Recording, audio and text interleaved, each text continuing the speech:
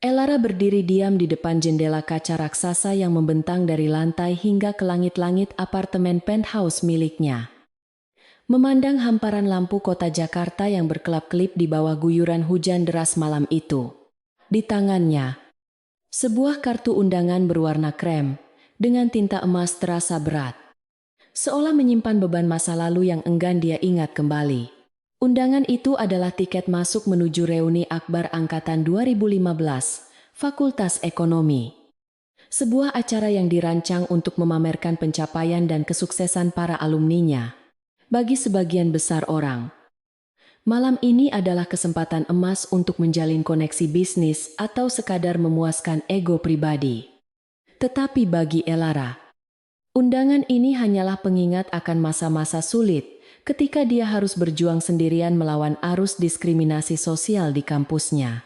Dia menarik napas panjang, menghirup aroma lilin aromaterapi lavender yang menyebar lembut di seluruh ruangan yang didesain dengan gaya minimalis, namun memancarkan kemewahan yang tak terbantahkan. Sebagai seorang arsitek kepala di salah satu firma desain paling bergengsi di Asia Tenggara, Elara memiliki selera yang sangat spesifik dan berkelas. Tidak ada perabot yang berteriak meminta perhatian di sini. Semua dipilih dengan pertimbangan estetika yang matang dan harga yang fantastis. Namun, ironisnya, teman-teman lama yang akan dia temui malam ini tidak akan pernah mengetahui sisi kehidupannya yang ini. Bagi mereka, Elara hanyalah si gadis penerima beasiswa yang pendiam, yang selalu mengenakan kemeja lusuh dan makan siang dengan roti tawar di sudut perpustakaan universitas. Suara denting halus dari ponselnya di atas meja marmer memecahkan lamunan Elara, menampilkan sebuah pesan singkat dari seseorang yang sangat dia cintai, namun juga paling dia khawatirkan malam ini. Adrian, suaminya yang merupakan CEO dari Nugraha Group, mengabarkan bahwa dia masih tertahan dalam rapat direksi yang memanas, dan mungkin akan datang terlambat untuk menjemputnya. Elara tersenyum tipis membaca pesan itu, membayangkan wajah Adrian yang kaku namun selalu melembut saat berbicara dengannya. Adrian sangat ingin menemaninya masuk ke dalam ruang pesta itu, melindunginya dari tatapan merendahkan siapapun. Tetapi Elara bersikeras bahwa dia bisa menangani situasi ini sendiri, setidaknya untuk beberapa jam pertama.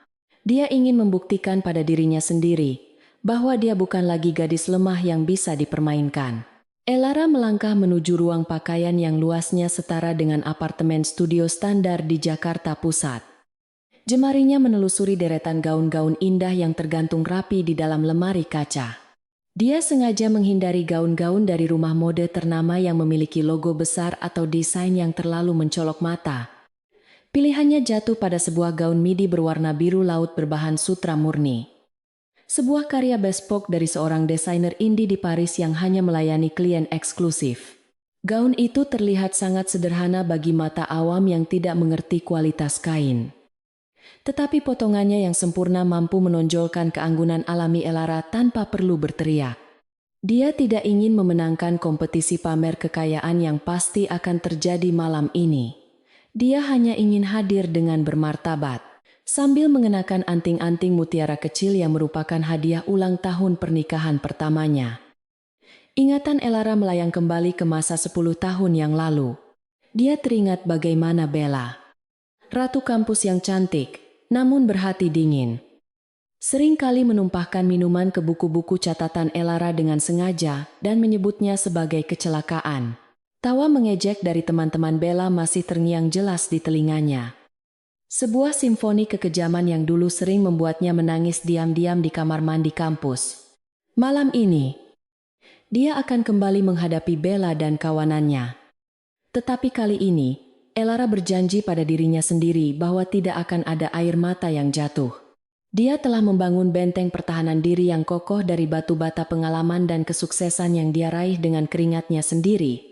Setelah memastikan penampilannya sempurna, Elara mengambil tas tangan kecil berbahan kulit lembut yang tidak memiliki merek terlihat di bagian luarnya. Dia menolak tawaran kepala pelayan untuk menggunakan Rolls-Royce Phantom milik Adrian. Karena kendaraan semewah itu hanya akan menarik perhatian yang tidak perlu sejak awal. Sebaliknya, Elara memilih untuk mengendarai sedan Eropa pribadinya yang berwarna hitam.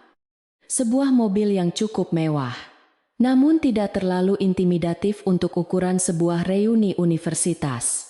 Dia ingin melihat reaksi murni dari teman-temannya sebelum mereka mengetahui siapa dia sebenarnya sekarang. Ada kepuasan tersendiri dalam menjadi pengamat yang diam. Menilai karakter seseorang saat mereka berpikir bahwa mereka berada di posisi yang lebih tinggi. Perjalanan menuju Hotel Bintang 5 di kawasan Bundaran HI terasa cukup padat karena hujan yang tak kunjung reda, menciptakan kemacetan khas Jakarta yang menguji kesabaran. Elara menyalakan musik klasik dengan volume rendah, membiarkan alunan biola menenangkan saraf-sarafnya yang mulai menegang. Dia memikirkan skenario-skenario yang mungkin terjadi, mempersiapkan jawaban-jawaban diplomatis untuk pertanyaan-pertanyaan menyudutkan yang pasti akan dilontarkan. Dia tahu bahwa di dunia sosialita semacam ini, pertanyaan tentang pekerjaan suami dan merek tas tangan adalah senjata utama untuk menentukan hierarki dalam pergaulan. Elara sudah siap untuk dianggap remeh, bahkan dia sedikit mengharapkannya. Karena itu akan membuat pengungkapan kebenaran nanti menjadi jauh lebih manis. Ketika mobilnya akhirnya memasuki pelataran lobi hotel yang megah, Elara bisa melihat deretan mobil sport dan limusin sewaan yang berbaris rapi, menurunkan penumpang-penumpang yang berpakaian gemerlap. Petugas valet menyambutnya dengan sopan. Meskipun tatapannya tidak seantusias saat menyambut tamu sebelumnya yang turun dari sebuah Ferrari merah.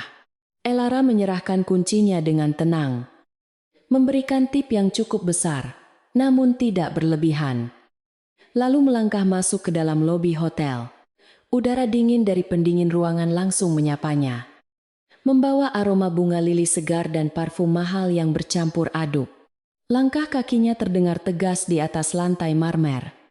Kepalanya tegak, memancarkan aura kepercayaan diri yang tenang dan tidak dibuat-buat. Di depan pintu ballroom utama, sebuah spanduk besar bertuliskan, "Reuni 1 Dekade Membangun Masa Depan." Bersama menyambut para tamu dengan desain grafis yang sedikit berlebihan. Beberapa panitia acara yang dia kenali samar-samar berdiri di meja registrasi, sibuk mencentang nama dan membagikan goodie bag sponsor. Ketika Elara menyebutkan namanya, salah satu panitia wanita menatapnya sejenak, mencoba mengingat-ingat wajahnya. Sebelum akhirnya tersenyum sopan namun berjarak. Tidak ada kehangatan yang tulus di sana. Hanya formalitas belaka. Elara menerima kartu namanya dan menyematkannya di gaun. Merasa sedikit geli melihat bagaimana status sosial masa lalu masih melekat erat di ingatan mereka. Begitu pintu ganda yang berat itu terbuka, gelombang suara percakapan dan denting gelas langsung menerpa Elara. Ruangan ballroom itu telah disulap menjadi tempat pesta yang sangat mewah, dengan lampu gantung kristal yang membiaskan cahaya keemasan ke seluruh penjuru. Meja-meja bundar ditata dengan taplak meja satin dan peralatan makan perak. Sementara pelayan berseragam rapi hilir mudik, membawa nampan berisi canape dan sampahnya. Elara mengambil segelas air mineral, memilih untuk tidak minum alkohol agar pikirannya tetap jernih, dan bergerak perlahan menuju sisi ruangan yang agak sepi, dekat dengan jendela besar yang menghadap ke kolam renang hotel. Dari sana, dia bisa mengamati seluruh ruangan tanpa harus langsung terjun ke dalam keramaian. Kelompok-kelompok kecil sudah mulai terbentuk, persis seperti dinamika di kantin kampus dulu. Hanya saja kini seragam mereka jauh lebih mahal. Di tengah ruangan, terlihat kerumunan yang paling besar dan paling berisik, dikelilingi oleh para fotografer sewaan yang sibuk mengabadikan momen. Di pusat kerumunan itu berdiri Bella, sang penyelenggara acara, yang tampak bersinar terang atau lebih tepatnya, menyilaukan dalam balutan gaun merah darah dengan ekor panjang yang menyapu lantai. Leher dan pergelangan tangannya dipenuhi oleh perhiasan berlian yang ukurannya cukup besar untuk dilihat dari jarak 10 meter. Bella sedang tertawa lepas. Kepalanya mendongak, menikmati posisinya sebagai ratu malam ini. Elara mengamati Bella dengan tatapan analitis. memperhatikan bagaimana wanita itu mendominasi setiap percakapan dan memotong kalimat orang lain tanpa rasa bersalah. Bella tidak berubah, pikir Elara. Dia masih membutuhkan validasi dari orang lain untuk merasa hidup. Masih haus akan pengakuan bahwa dia adalah yang terbaik, terkaya, dan paling bahagia. Elara merasa sedikit iba, menyadari betapa melelahkannya hidup jika harus terus-menerus memakai topeng kesempurnaan seperti itu. Namun, rasa iba itu segera memudar ketika dia melihat Bella menunjuk-nunjuk seorang pelayan dengan kasar karena salah meletakkan gelas. Sifat asli memang sulit disembunyikan.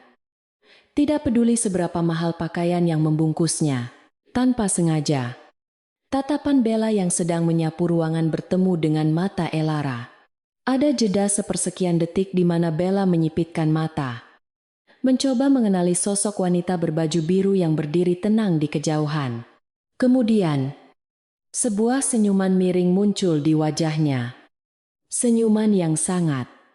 Elara kenal senyuman seekor predator yang baru saja menemukan mangsa lama yang tersesat kembali ke wilayahnya. Bella membisikkan sesuatu kepada dua teman wanitanya, Siska dan Rina, yang segera menoleh ke arah Elara dan terkikik pelan.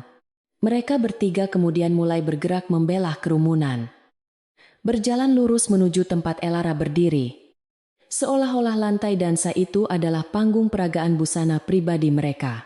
Jantung Elara berdetak sedikit lebih cepat. Bukan karena takut, melainkan karena adrenalin antisipasi. Dia menegakkan punggungnya, memegang gelas airnya dengan santai, dan memasang ekspresi wajah yang ramah, namun tidak tunduk. Ketika Bella akhirnya sampai di hadapannya, aroma parfum yang sangat kuat langsung menusuk hidung Elara. Bella merentangkan kedua tangannya lebar-lebar, melakukan gestur pelukan udara yang tidak menyentuh tubuh sama sekali. Cipika-cipiki yang penuh kepalsuan, suaranya melengking tinggi. Dibuat-buat agar terdengar manis, namun menyimpan duri di setiap suku katanya. Menyapa Elara dengan panggilan lama yang merendahkan.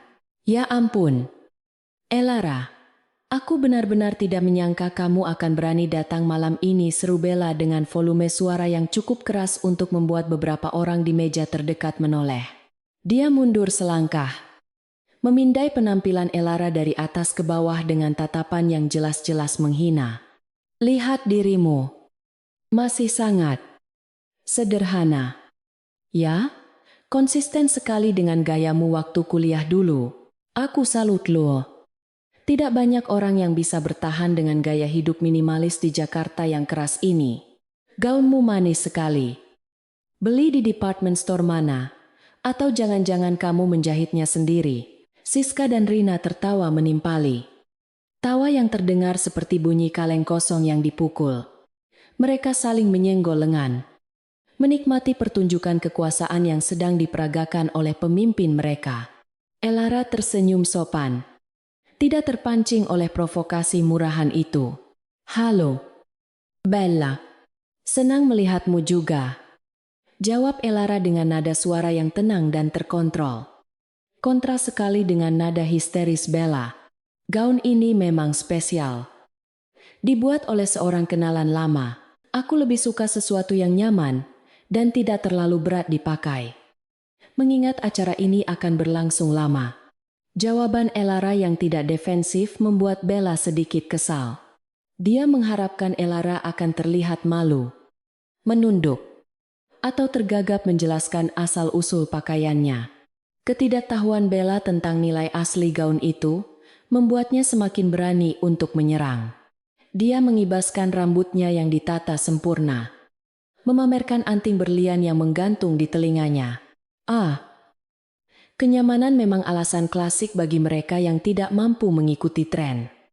Kan? Tapi tidak apa-apa. Elara, kita semua mengerti kok. Tidak semua orang seberuntung aku yang memiliki suami yang memanjakan istrinya dengan barang-barang branded setiap bulan. Bella sengaja mengangkat tangan kirinya, memamerkan cincin dengan batu permata besar di jari manisnya. Memutarnya sedikit agar terkena cahaya lampu. Ngomong-ngomong soal suami, Kamu datang sendirian. Mana pasanganmu? Jangan bilang kamu masih single karena terlalu sibuk bekerja keras demi menyambung hidup. Atau, kamu sudah menikah, tapi suamimu malu untuk datang ke tempat semewah ini karena tidak punya setelan jas yang layak. Pertanyaan itu meluncur dengan lancar. Sebuah serangan langsung yang bertujuan untuk mempermalukan Elara di depan umum tentang status perkawinannya. Elara menatap mata Bella dalam-dalam. Melihat kekosongan dan rasa insecure yang coba ditutupi oleh wanita itu dengan kekejaman. Suamiku sedang ada urusan pekerjaan yang tidak bisa ditinggalkan. Bella, dia mungkin akan menyusul nanti jika sempat. Jawab Elara santai. Dia tidak merasa perlu menjelaskan siapa suaminya atau seberapa penting pekerjaan itu. Bagi Elara, privasi adalah kemewahan yang tidak dimiliki oleh orang-orang seperti Bella yang hidupnya adalah konsumsi publik. Namun, bagi Bella, jawaban ini terdengar seperti alasan klise dari seseorang yang sedang berbohong atau berusaha menutupi kekurangan pasangannya. Pekerjaan Bella tertawa mengejek. Kali ini lebih keras. Dia menoleh pada Siska dan Rina. Mencari persetujuan. Dengar itu suaminya sibuk bekerja di malam minggu. Kasihan sekali. Pasti lembur mengejar target UMR Yaduh. Elara, seharusnya kamu bilang saja dari awal. Kalau suamimu butuh pekerjaan yang lebih baik. Mungkin suamiku, Rian, bisa membantu. Dia kan manajer senior. Punya banyak koneksi di perusahaan-perusahaan outsourcing. Siapa tahu ada lowongan satpam atau office boy yang cocok. Kan lumayan untuk tambahan susu anak. Kata-kata itu sudah melampaui batas candaan. Berubah menjadi penghinaan terbuka. Beberapa tamu di sekitar mereka mulai berbisik-bisik. Ada yang menatap Elara dengan kasihan. Ada juga yang tersenyum sinis menikmati drama tersebut. Elara merasakan sedikit kemarahan mulai menjalar di dadanya. Bukan karena malu, tetapi karena ketidaksopanan yang luar biasa dari ucapan Bella. Namun, dia menahan diri. Dia tahu bahwa marah-marah hanya akan membuatnya terlihat sama rendahnya dengan Bella. Dia memilih untuk tetap diam. Membiarkan Bella menggali lubang kuburnya sendiri lebih dalam. Keheningan Elara justru diartikan oleh Bella sebagai tanda kekalahan dan ketidakberdayaan. Bella merasa di atas angin. Adrenalin kekuasaan mengalir deras di tubuhnya.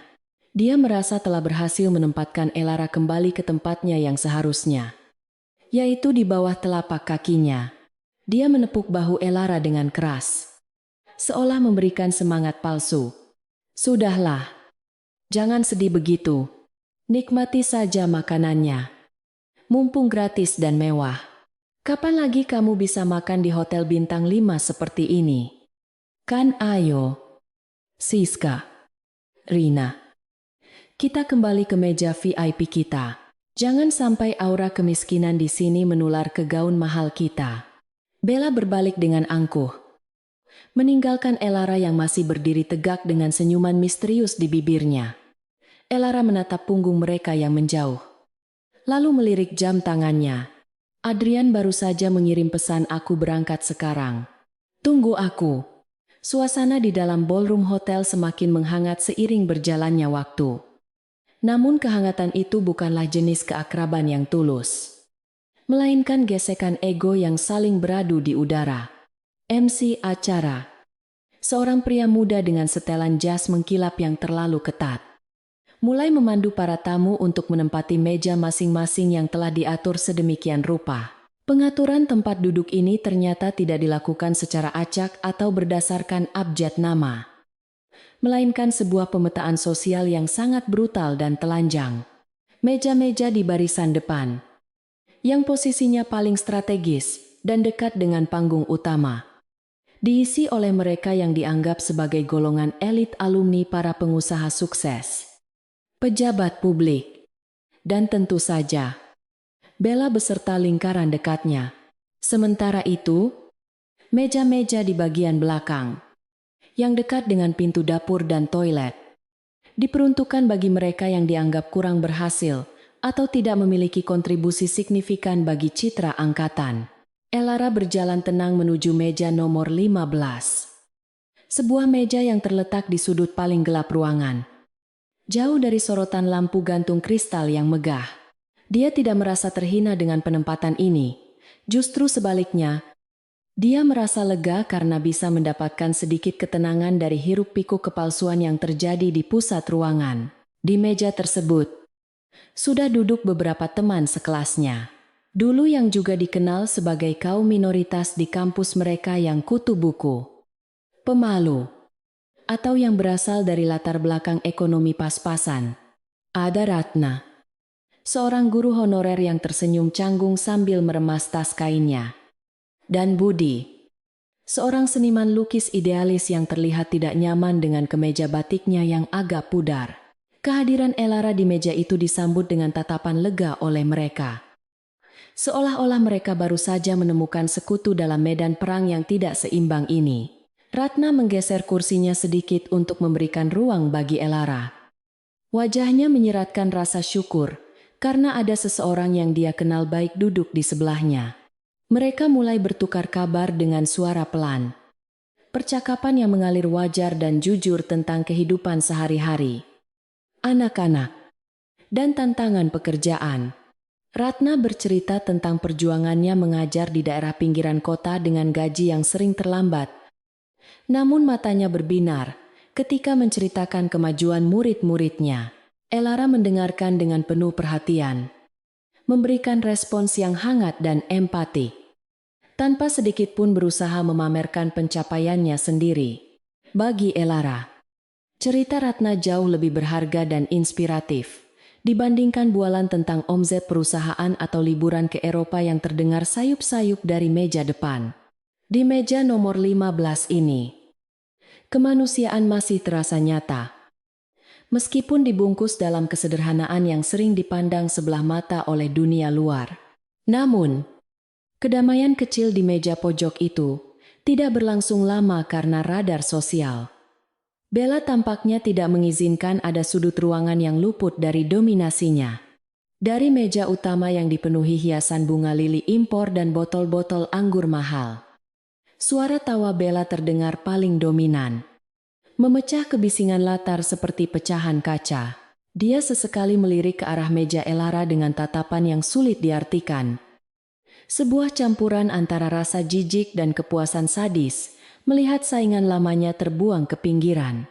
Tidak puas hanya dengan menatap dari jauh, Bella memberi isyarat kepada Siska dan Rina, lalu bangkit berdiri dengan gelas champagne di tangan.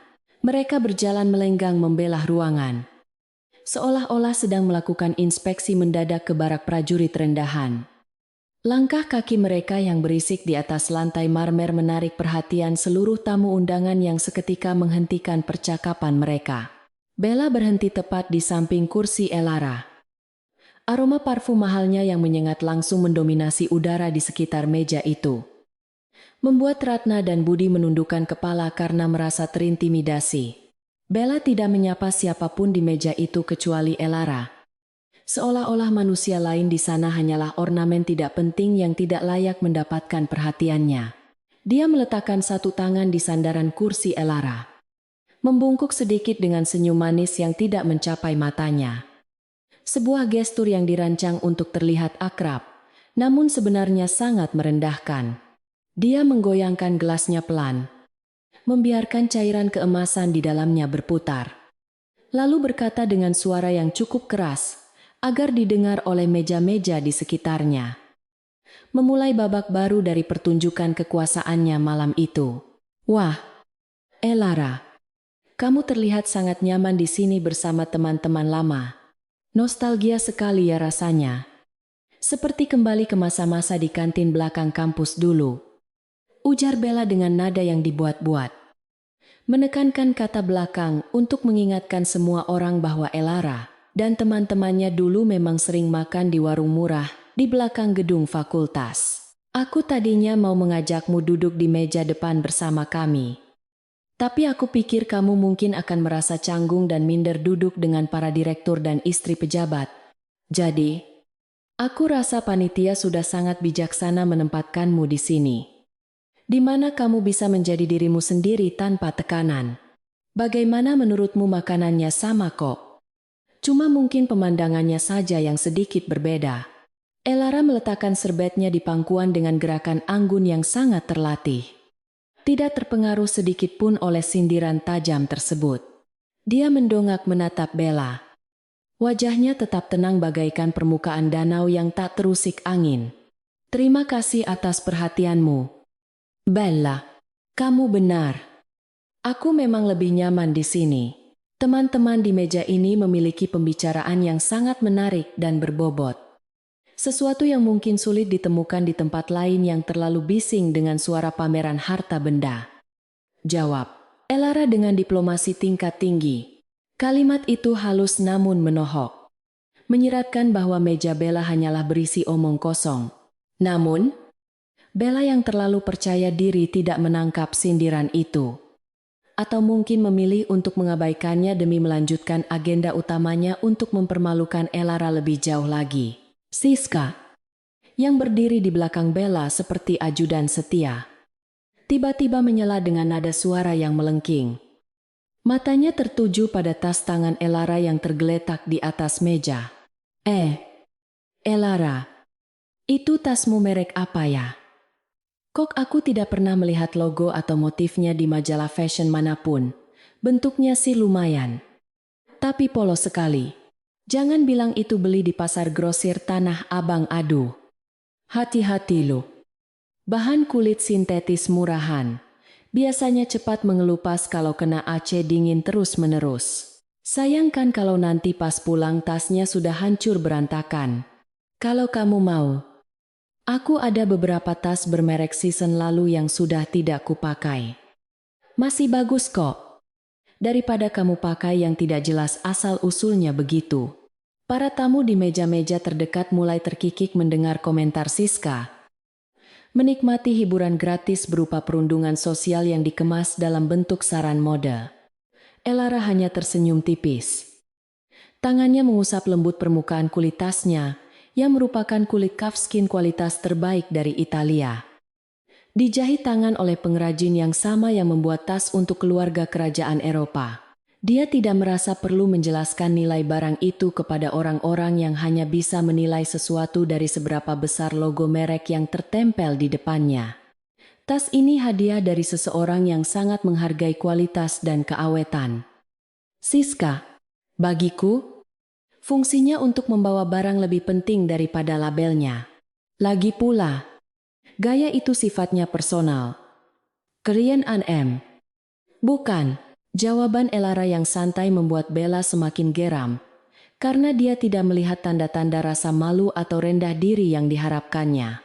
Dia memutuskan untuk beralih ke topik yang menurutnya merupakan titik terlemah Elara, yaitu masalah finansial dan suami. Bella menarik kursi kosong dari meja sebelah tanpa izin dan duduk berhadapan dengan Elara. Mencondongkan tubuhnya ke depan dengan ekspresi serius yang dibuat-buat. Seolah-olah dia adalah konselor yang sangat peduli. Elara, dengar. Kita ini kan sudah dewasa. Tidak perlu malu mengakui kalau hidup sedang sulit. Aku dengar dari beberapa orang kalau kamu bekerja di bidang konstruksi. Itu kan lingkungan yang keras dan kotor. Banyak debu. Banyak laki-laki kasar. Apa suamimu tidak mampu membiayaimu sehingga kamu harus banting tulang seperti itu? Elara hampir tertawa mendengar deskripsi pekerjaan arsitek yang disederhanakan menjadi lingkungan kotor dan kasar oleh Bella. Namun, dia menahan tawanya dan menjawab dengan nada datar. Aku bekerja sebagai arsitek. Bella, bukan buruh bangunan. Meskipun aku sangat menghargai para buruh. Dan aku bekerja karena aku mencintai duniaku. Bukan karena paksaan ekonomi. Menciptakan ruang yang nyaman bagi orang lain adalah passionku sejak dulu. Dan aku bersyukur memiliki suami yang mendukung penuh karierku tanpa merasa terancam maskulinitasnya. Jawaban ini secara tidak langsung menyindir suami-suami di lingkaran Bella yang seringkali membatasi istri mereka hanya untuk menjadi pajangan di rumah. Bella mendengus kasar. Tidak terima dengan argumen Elara. Dia melirik cincin kawin polos di jari manis Elara, cincin platinum murni dengan ukiran nama di bagian dalam yang harganya jauh melebihi cincin berlian norak milik Bella. Namun terlihat sangat sederhana dari luar. Dukungan itu bahasa halus untuk bilang dia tidak punya uang. Elara, laki-laki sukses itu pasti ingin istrinya hidup enak.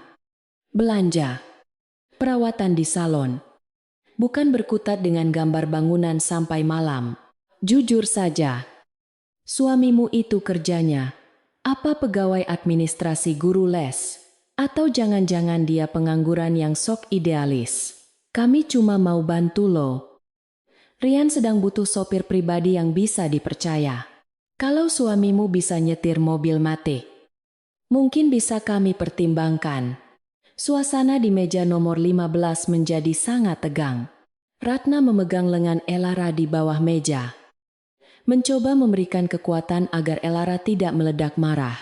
Budi sudah terlihat ingin membalas ucapan Bella. Tetapi dia tahu posisinya tidak cukup kuat untuk melawan dominasi sosial sang ratu pesta. Elara menarik napas dalam, menatap lurus ke dalam mata Bella yang penuh dengan kedengkian. Di balik mata itu, Elara melihat ketakutan-ketakutan akan tersaingi. Ketakutan akan menjadi tidak relevan. Adrian, suamiku, bekerja di bidang manajemen perusahaan. Bella, dia memiliki tanggung jawab yang cukup besar dan jadwal yang padat. Tawaranmu sangat murah hati. Tapi aku rasa dia sudah cukup sibuk dengan pekerjaannya saat ini, sehingga tidak mungkin mengambil pekerjaan tambahan sebagai sopir. Manajemen perusahaan, ulang Bella dengan nada mengejek yang kental. Disambut tawa cemooh dari Siska dan Rina. Istilah itu luas sekali. Elara, kepala gudang juga bisa dibilang manajemen. Supervisor cleaning service juga manajemen. Kenapa harus main rahasia-rahasiaan sih? Biasanya orang yang menutupi pekerjaan suaminya itu karena malu dengan realitasnya. Sudahlah, akui saja kalau kamu salah pilih suami. Dulu kamu menolak banyak cowok populer di kampus demi prinsip. Dan lihat hasilnya sekarang. Kamu terjebak di kelas menengah bawah. Sementara aku, yang dulu kamu anggap tidak pintar, sekarang bisa membeli gedung tempat kamu bekerja itu. Kalau aku mau. Kalimat terakhir Bella adalah puncak dari arogansi yang memuakan. Ala-kana kulimu rajing. Dia merasa telah memenangkan perdebatan itu dengan telak. Membungkam Elara dengan realitas materialisme yang dia yakini sebagai satu-satunya kebenaran. Tanpa menunggu balasan dari Elara, Bella berdiri, merapikan gaunnya yang sedikit kusut, dan memberikan tatapan terakhir yang penuh kemenangan. Pikirkan tawaran soal sopir itu ya. Aku serius. Kasihan kulitmu kalau harus terus-terusan kena debu proyek. Nanti kalau butuh pinjaman uang untuk renovasi rumah subsidi kalian, hubungi saja sekretarisku. Kita kan teman. Pasti aku bantu dengan bunga yang wajar. Setelah melontarkan penghinaan pamungkas itu, Bella berbalik dan berjalan kembali menuju meja VIP-nya. Diiringi oleh dayang-dayangnya yang setia. Mereka tertawa keras, merayakan kemenangan semu atas seseorang yang mereka anggap tidak berdaya. Elara menatap punggung mereka dengan sorot mata yang dingin. Sangat dingin hingga bisa membekukan air. Dia mengambil gelas airnya dan meminumnya perlahan, menenangkan gejolak amarah yang sempat muncul sesaat. Dia tahu bahwa saat pembalasan akan segera tiba. Dan ketika saat itu datang, tidak akan ada tempat bagi Bella untuk bersembunyi. Ponselnya bergetar lagi. Sebuah pesan singkat dari Adrian masuk 5 menit lagi sampai.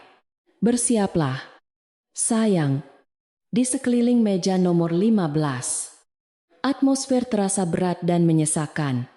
Ratna menatap Elara dengan mata berkaca-kaca. Merasa sedih melihat temannya diperlakukan sedemikian rupa.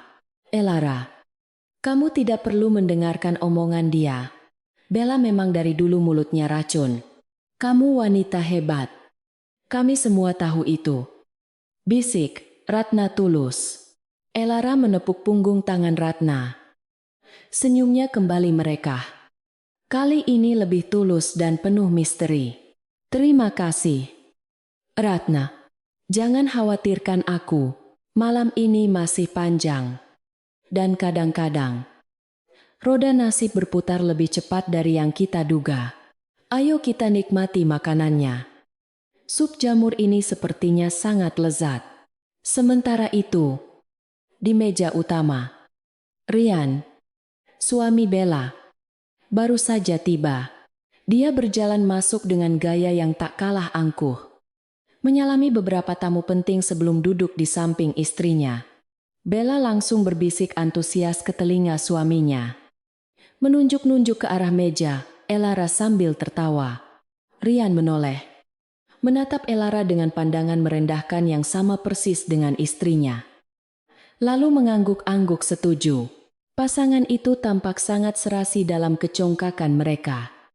Tidak menyadari bahwa badai besar sedang bergerak menuju mereka.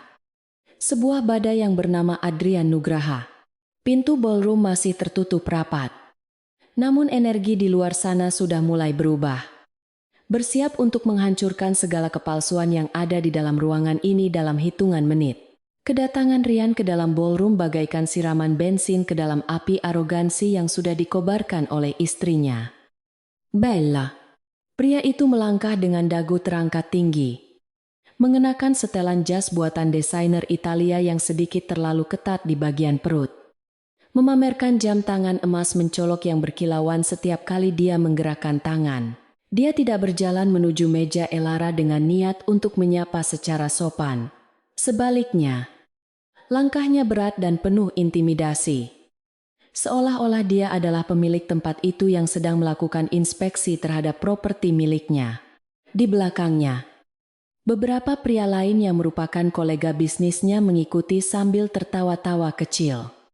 Menciptakan aura klub anak laki-laki yang eksklusif dan merendahkan siapapun yang tidak berada di level ekonomi mereka. Rian menikmati tatapan kagum dan iri dari para alumni yang kurang sukses. Menganggapnya sebagai bahan bakar untuk ego yang memang sudah melambung tinggi. Ketika Rian akhirnya berdiri di samping Bella, dia melingkarkan lengannya di pinggang istrinya dengan posesif. Matanya menatap tajam ke arah Elara yang masih duduk tenang dengan postur tubuh yang tegak sempurna. Bella segera berbisik manja, mengadukan ketidaksopanan Elara yang menolak tawaran pekerjaan sebagai sopir. Memutarbalikkan fakta seolah-olah Elara telah menghina niat baik mereka. Wajah Rian mengeras. Ekspresi yang dirancang untuk menunjukkan dominasi maskulin di hadapan kerumunan. Dia menatap Elara dengan pandangan meremehkan. Seolah sedang melihat noda kotor di ujung sepatunya yang mahal. Bagi Rian, wanita seperti Elara yang terlihat sederhana, tanpa perhiasan mencolok, dan suami yang tidak hadir adalah target empuk untuk memamerkan kekuasaannya di depan teman-teman lama dan istrinya yang haus pujian. Jadi ini, Elara yang legendaris itu.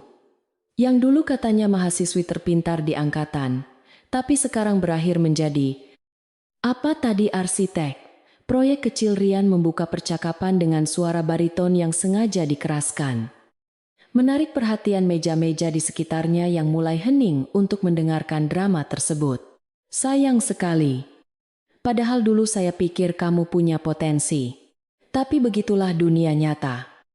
Elara, pintar teori saja tidak cukup kalau tidak punya koneksi dan modal. Suamimu juga. Kalau dia benar-benar laki-laki yang bertanggung jawab, dia seharusnya ada di sini, mendampingimu. Bukan membiarkanmu menghadapi dunia sendirian seperti janda yang butuh santunan. Atau mungkin dia memang minder bertemu dengan orang-orang sukses seperti kami di ruangan ini. Elara meletakkan gelasnya perlahan. Menatap Rian tepat di manik matanya, tanpa sedikit pun rasa takut. Dia sudah sering menghadapi kontraktor nakal dan klien korup yang jauh lebih mengintimidasi daripada pria pesolek di hadapannya ini. Suamiku sangat menghargai waktunya. Rian, dia tidak perlu memamerkan kehadirannya hanya untuk validasi sosial. Dan mengenai pekerjaanku, aku rasa kamu tidak punya kapasitas untuk menilainya. Karena kita bergerak di bidang yang sangat berbeda. Arsitektur adalah tentang menciptakan nilai jangka panjang. Bukan sekadar memoles permukaan agar terlihat mahal. Jawab Elara dengan nada dingin, namun sopan. Jawaban itu, meskipun halus, mengandung implikasi bahwa Rian hanyalah orang yang peduli pada kulit luar semata. Sebuah serangan balik yang cerdas terhadap karakternya yang dangkal. Rian tertawa hambar. Wajahnya memerah karena merasa diremehkan di depan umum oleh wanita yang dianggapnya tidak selevel. Dia memutuskan untuk mengeluarkan kartu asnya. Sebuah kebohongan yang sering dia gunakan untuk menggertak lawan bicaranya dalam negosiasi bisnis. Berbeda bidang, jangan sombong. Elara, dunia bisnis itu kecil. Kamu tahu Nugraha Group konglomerasi properti dan investasi terbesar di Asia saat ini? Saya baru saja menandatangani kontrak eksklusif dengan mereka minggu lalu. Saya bahkan sempat makan siang dengan jajaran direksinya. Dan saya dengar gosip kalau CEO mereka, Tuan Adrian Nugraha yang misterius itu, sangat selektif memilih mitra. Fakta bahwa perusahaan saya dipilih membuktikan kualitas saya. Jadi, jangan bicara soal nilai di depan saya, kalau kamu belum pernah berurusan dengan raksasa seperti Nugraha Group. Mendengar nama suaminya disebut dengan penuh kebanggaan oleh pria yang bahkan tidak dikenalnya, Elara tidak bisa menahan sebuah senyuman kecil yang terlepas dari bibirnya. Itu adalah senyuman geli. Sebuah reaksi spontan terhadap ironi yang begitu kental. Dia tahu persis jadwal Adrian minggu lalu. Suaminya berada di Singapura untuk konferensi tingkat tinggi dan makan siang bersamanya setiap hari lewat panggilan video. Klaim Rian tentang makan siang bersama jajaran direksi mungkin benar. Tapi itu pasti hanya level manajer media. Bukan lingkaran dalam Adrian. Namun, bagi Rian dan Bella, senyuman kecil, Elara itu diterjemahkan sebagai ejekan terbuka. Sebuah penistaan terhadap kebanggaan yang baru saja Rian pamerkan dengan susah payah. Kenapa kamu tertawa, bentak Rian? Suaranya menggelegar memenuhi ruangan, membuat musik latar seolah berhenti seketika. Kamu pikir saya berbohong? Kamu pikir orang seperti kamu bisa mengerti level permainan di mana saya berada? Sikapmu ini benar-benar tidak tahu diuntung. Sudah miskin. Sombong pula. Pantas saja hidupmu tidak maju-maju amarah. Rian memancing Bella untuk ikut bertindak. Dia tidak terima suaminya dipermalukan atau lebih tepatnya, dia melihat kesempatan emas untuk menghancurkan Elara sepenuhnya. Bella maju selangkah, membawa gelas berisi anggur merah Cabernet Sauvignon yang penuh. Matanya berkilat licik saat sebuah rencana jahat terbentuk di kepalanya yang penuh dengki. Dengan gerakan yang sangat teatrikal, Bella berpura-pura tersandung kaki kursi yang sebenarnya jauh dari jangkauannya. Dia memekik dramatis. Tubuhnya limbung ke arah Elara. Dan dengan perhitungan yang matang, dia menumpahkan seluruh isi gelas anggur merah itu ke arah gaun biru laut Elara. Namun sebagian besar justru mengenai ujung gaun mahalnya sendiri. Cairan merah pekat itu menyiprat, menciptakan noda jelek di kain sutra halus Elara dan mengotori lantai marmer. Suara gelas pecah yang menghantam lantai menjadi sinyal dimulainya babak baru yang lebih kejam. Bella langsung mundur, menatap gaunnya sendiri dengan horor yang dibuat-buat. Lalu menunjuk wajah Elara dengan jari gemetar. Berteriak histeris seolah-olah dia adalah korban penganiayaan berat. Ya Tuhan, gaunku. Kamu gila ya? Elara, jerit Bella dengan nada tinggi yang menyayat telinga. Kamu sengaja menyenggol tanganku karena iri melihat kami bahagia, kan? Lihat apa yang kamu lakukan. Ini gaun limited edition dari Milan. Harganya 150 juta rupiah. Kamu pikir gaji arsitek kampunganmu bisa menggantinya seumur hidup? Dasar wanita dengki. Aku tahu kamu membenciku sejak dulu. Tapi melakukan kekerasan fisik seperti ini di acara formal benar-benar keterlaluan. Rian, lihat dia. Dia mendorongku dan menyiramku dengan anggur. Tuduhan palsu itu meluncur begitu cepat dan meyakinkan, membuat para tamu yang tidak melihat kejadian sebenarnya langsung berasumsi bahwa Elara memang bersalah. Elara berdiri dengan tenang, mengambil serbet kain dari meja untuk membersihkan cipratan anggur di lengannya. Dia tidak panik, tidak menangis, dan tidak membalas teriakan Bella. Sikap stoik ini justru membuat Bella semakin berang karena merasa diabaikan. Aku tidak menyentuhmu. Bella, kamu berdiri 1 meter dariku dan menjatuhkan diri sendiri. Semua orang di meja ini saksinya, kata Elara dengan suara datar, menunjuk Ratna dan Budi yang mengangguk ketakutan. Namun, suara mereka tenggelam oleh kerumunan pendukung Bella yang mulai merangsek maju, menciptakan lingkaran penghakiman di sekitar meja nomor 15. Opini publik di ruangan itu dengan cepat dimanipulasi oleh narasi korban yang dimainkan dengan apik oleh Bella. Rian maju. Wajahnya merah padam karena amarah yang dibuat-buat demi membela kehormatan istrinya. Dia menggebrak meja Elara dengan keras, membuat piring dan gelas berdenting ngeri. Jangan berani-berani membela diri dengan kebohongan. Elara, istriku tidak mungkin menjatuhkan diri sendiri. Kamu jelas-jelas iri dan berniat jahat. Sekarang, aku tidak mau dengar alasan. Kamu punya 2 pilihan ganti rugi, sebesar 200 juta rupiah tunai sekarang juga untuk gaun dan kerugian imaterial.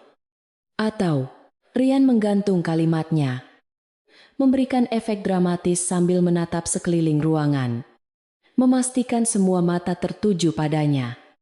Menikmati momen kekuasaan absolut yang dia rasakan saat ini. Atau kamu berlutut di sini, di depan kaki istriku, dan bersihkan noda anggur itu dengan tanganmu sendiri, sambil meminta maaf sampai Bella merasa puas. Lanjut Rian dengan seringai kejam. Tuntutan itu begitu tidak masuk akal dan merendahkan martabat, membuat beberapa tamu yang masih memiliki hati nurani menahan napas. Namun, mayoritas hadirin yang merupakan penjilat Rian dan Bella justru mulai bersorak pelan, memanaskan suasana. Ayo, minta maaf saja, seru seseorang dari belakang. Tahu diri dong. Sudah salah malah ngeyel timpal yang lain. Tekanan sosial di ruangan itu berubah menjadi monster yang siap menelan harga diri. Elara bulat-bulat. Ratna, yang duduk di samping Elara, gemetar hebat dan mencoba menarik ujung baju Elara. Elara, sudah. Minta maaf saja biar masalahnya selesai. Mereka orang kuat. Kita tidak bisa menang. Bisik Ratna dengan suara parau, menahan tangis. Dia takut.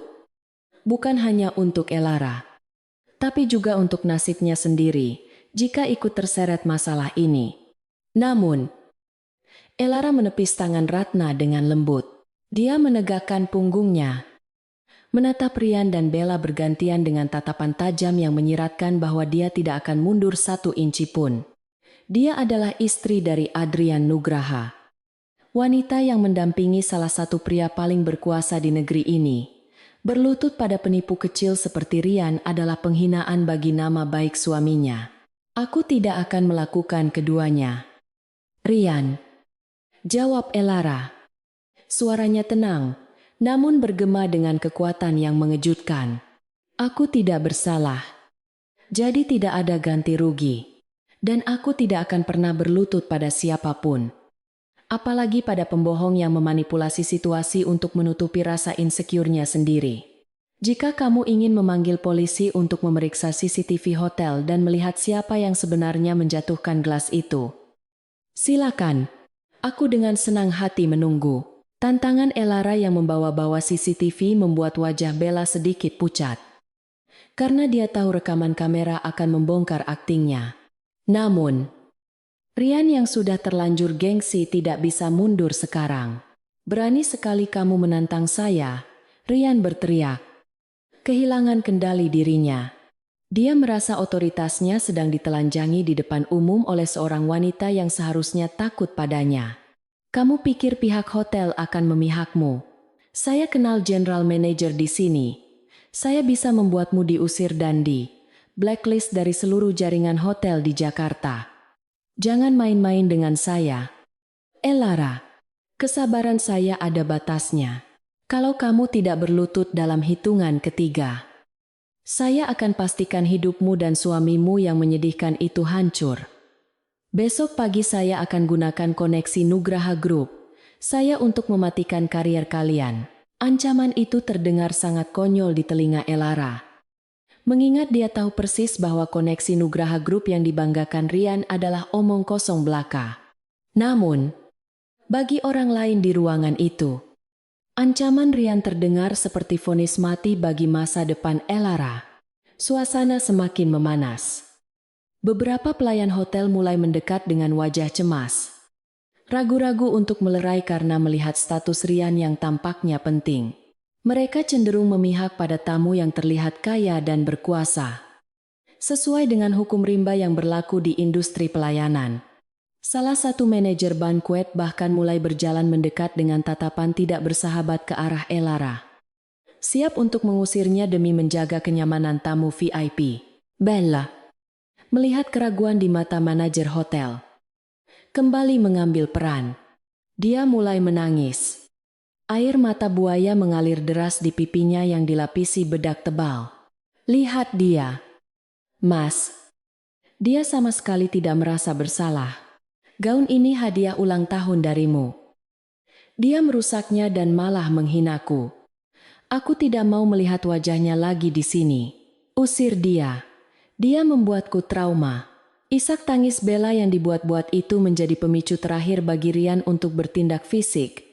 Dia maju selangkah lagi. Tangannya terkepal. Siap untuk menarik Elara keluar dari kursinya secara paksa. Jika wanita itu tidak mau bergerak. Elara melirik jam tangannya sekilas. 5 menit sudah berlalu. Jantungnya berdegup kencang. Bukan karena takut pada Rian. Tetapi karena dia tahu apa yang akan terjadi selanjutnya. Dia bisa merasakan getaran langkah kaki banyak orang dari arah koridor luar. Sebuah derap langkah yang disiplin dan berat. Berbeda dengan langkah tamu pesta biasa. Namun, di hadapannya, Rian sudah mengangkat tangan. Menunjuk hidung Elara dengan jari telunjuknya yang gemuk. Satu hitung Rian dengan nada mengancam. 2 kerumunan menahan napas. Menunggu momen di mana Elara akan patah dan berlutut memohon ampun. Tapi Elara tetap duduk diam. Dagunya terangkat. Matanya memancarkan api perlawanan yang tak terpadamkan. 3 Rian berteriak. Tangannya bergerak untuk mencengkeram bahu Elara. Namun, sebelum tangannya sempat menyentuh kain gaun Elara, sebuah suara gemuruh dari pintu masuk utama ballroom menghentikan segalanya. Bukan sekadar suara pintu dibuka, melainkan suara pintu ganda raksasa yang didorong terbuka lebar secara serentak. Diikuti oleh derap langkah sepatu kulit yang terdengar seperti barisan militer. Angin dingin dari koridor menyerbu masuk, membawa serta aura kekuasaan yang begitu pekat hingga membuat bulu kuduk semua orang berdiri. Rian membeku dengan tangan masih melayang di udara. Kepalanya menoleh patah-patah ke arah sumber suara. Matanya membelalak melihat pemandangan yang akan mengubah nasibnya selamanya. Pintu ganda yang terbuka lebar itu memuntahkan sosok yang berbeda dari yang ditakuti Rian sesaat sebelumnya. Namun cukup untuk mengubah dinamika ruangan menjadi lebih kacau. Yang masuk dengan tergesa-gesa bukanlah polisi, melainkan Pak Santoso, General Manager Hotel, diiringi oleh kepala keamanan dan beberapa staf berbadan tegap. Wajah Pak Santoso tampak pucat dan berkeringat dingin, seolah sedang dikejar oleh hantu. Matanya memindai kerumunan dengan panik. Rian, yang mengenali pria itu sebagai kenalan yang pernah ia traktir makan malam, segera menurunkan tangannya yang tadi hendak mencengkeram Elara. Sebuah senyum arogan kembali merekah di wajahnya. Ia salah mengartikan kepanikan di wajah Santoso sebagai bentuk kekhawatiran terhadap dirinya. Sang tamu VIP yang terganggu oleh keributan kecil ini.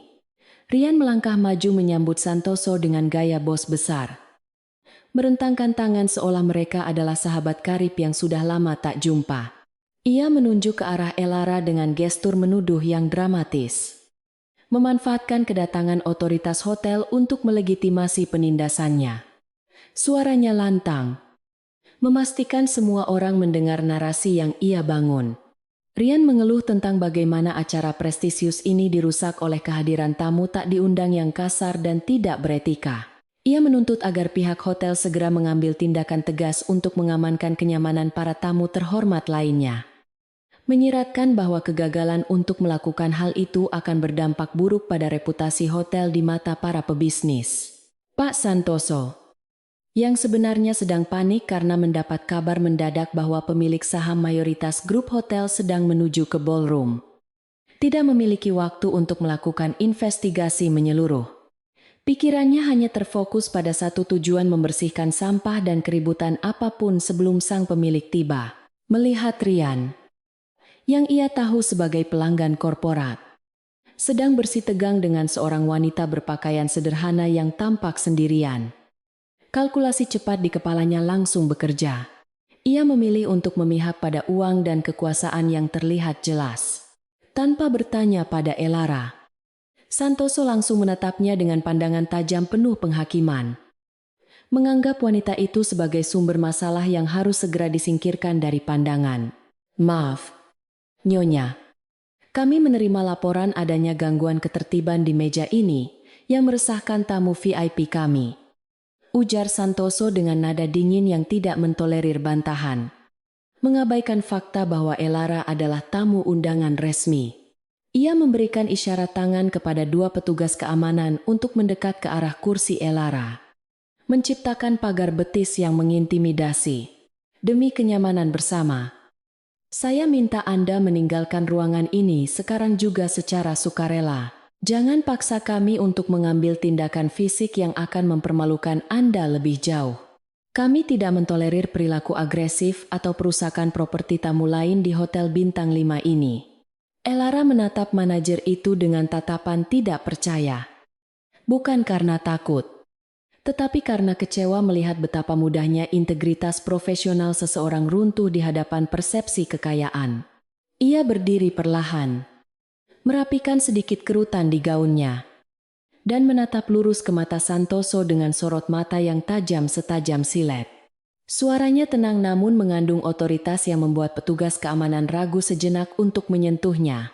Elara mengingatkan Santoso tentang prosedur standar operasional hotel, menuntut bukti rekaman CCTV sebelum ia dituduh melakukan kesalahan, dan memperingatkan tentang konsekuensi hukum dari pengusiran paksa tanpa dasar yang jelas terhadap tamu yang membayar. Pak Santoso, Anda adalah seorang manajer profesional, bukan algojo sewaan. Apakah Anda sudah memeriksa fakta sebelum menjatuhkan vonis, tanya Elara dengan diksi yang terukur, menunjukkan bahwa dia bukan orang awam yang buta hukum. Menuduh tamu tanpa bukti dan mengusirnya hanya berdasarkan klaim sepihak adalah tindakan diskriminatif yang melanggar hak konsumen. Saya sarankan Anda melihat rekaman kamera pengawas di sudut sana sebelum mengambil keputusan gegabah yang akan Anda sesali seumur hidup. Reputasi hotel ini dibangun bertahun-tahun. Jangan hancurkan hanya karena Anda takut pada ancaman kosong seseorang yang mengaku penting. Rian, yang merasa posisinya terancam oleh argumen logis Elara, segera memotong pembicaraan dengan amarah yang meledak-ledak. Ia tidak bisa membiarkan manajer itu berpikir dua kali atau memeriksa CCTV yang jelas-jelas akan membuktikan kebohongan Bella. Rian menggebrak meja sekali lagi. Kali ini lebih keras hingga gelas air Elara terguling dan tumpah.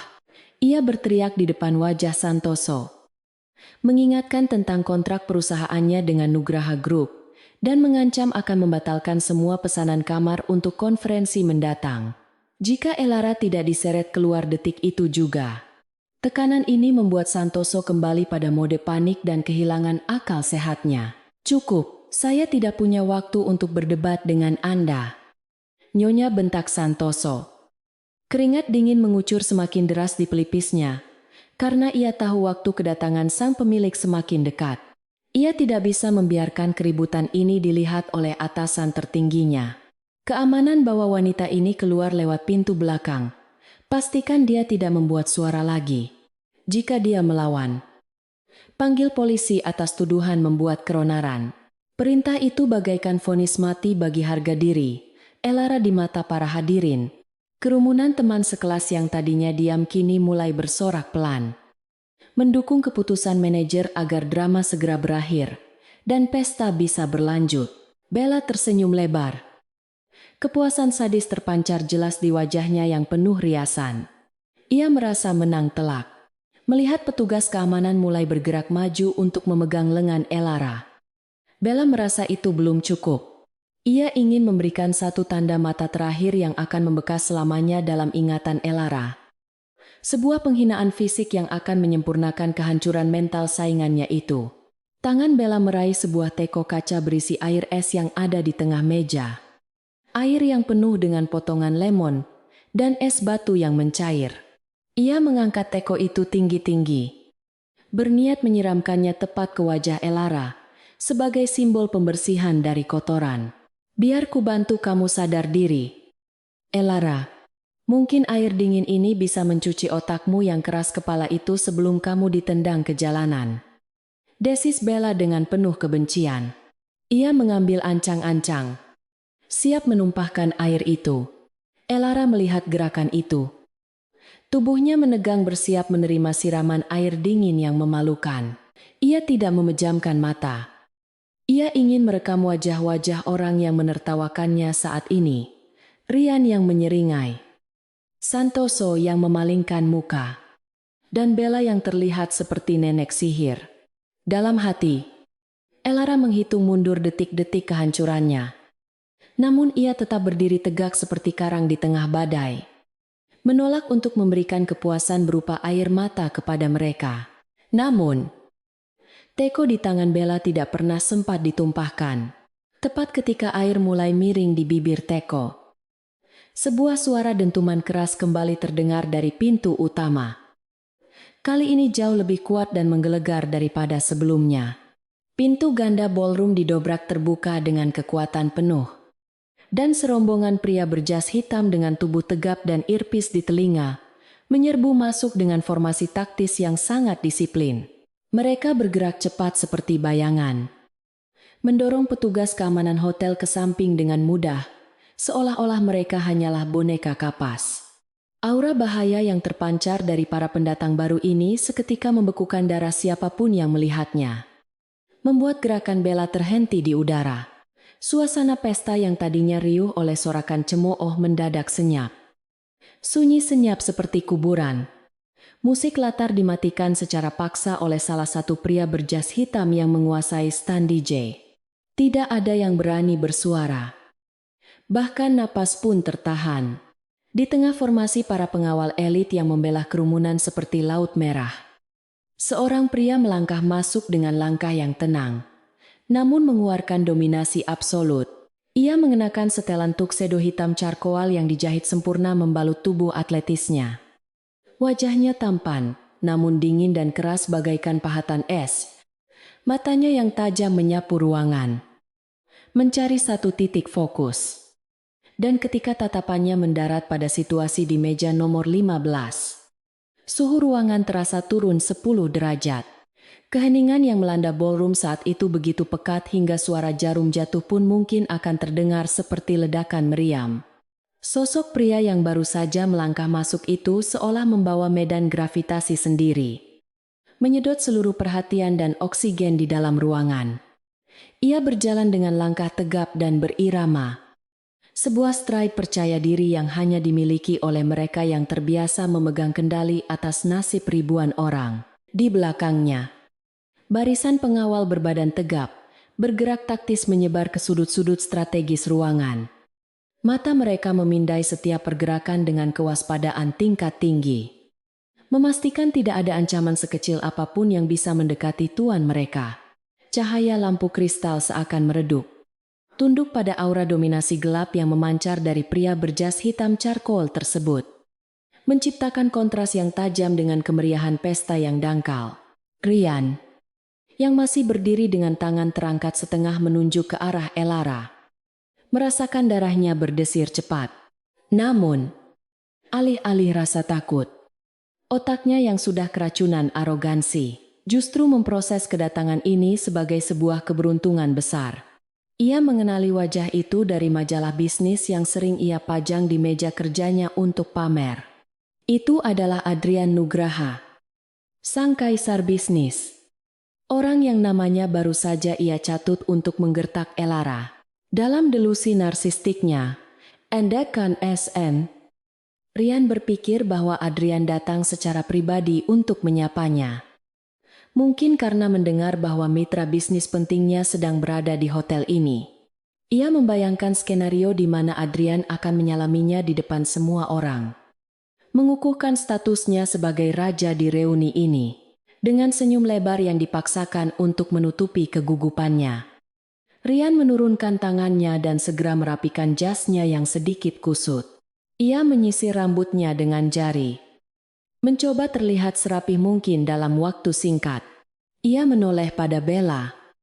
Memberikan kedipan mata yang menyiratkan, lihatlah. Aku memang hebat. Sebelum melangkah maju meninggalkan kerumunan di meja nomor 15, Rian berjalan menuju jalur yang akan dilalui Adrian. Membusungkan dadanya. Dan menyiapkan kalimat sapaan paling elegan yang bisa ia rangkai. Ia merasa inilah momen puncak hidupnya. Momen di mana ia akan diakui sejajar dengan para titan industri. Dan Elara akan melihat betapa kerdilnya dia dibandingkan koneksi Rian. Selamat malam, Bapak Adrian. Sungguh sebuah kehormatan besar. Bapak bisa menyempatkan diri hadir di acara sederhana kami.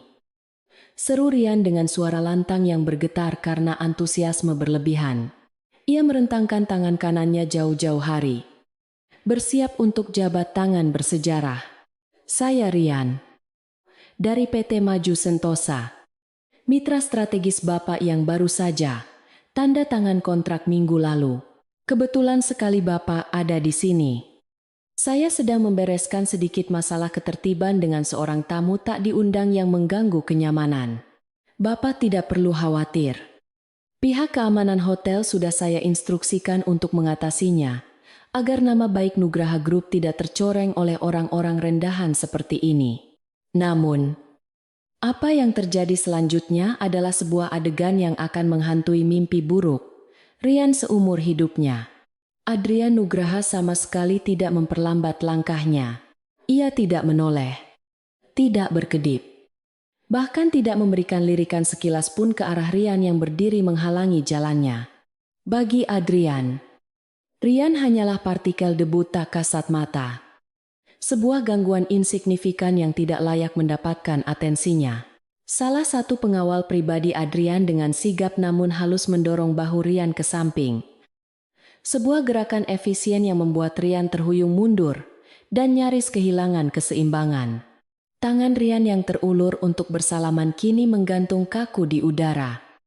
Menangkap angin kosong. Menciptakan pemandangan paling memalukan yang pernah disaksikan oleh ratusan pasang mata di ruangan itu. Adrian terus berjalan lurus. Tatapannya terkunci pada satu titik di sudut ruangan yang suram. Mengabaikan tatapan memuja dan takut dari para tamu lain, yang menyisi memberinya jalan bagaikan laut merah yang terbelah. Wajahnya yang tadi sedingin es perlahan berubah, saat ia semakin dekat dengan meja nomor 15. Ada kilatan emosi yang rumit di matanya campuran antara kelegaan, kekhawatiran, dan amarah yang tertahan saat ia melihat sosok wanita bergaun biru yang berdiri tegak dikelilingi oleh orang-orang yang memusuhinya. Langkah kakinya yang berat dan berwibawa berhenti tepat 1 meter di depan Elara. Mengakhiri jarak yang memisahkan dua dunia yang berbeda malam itu.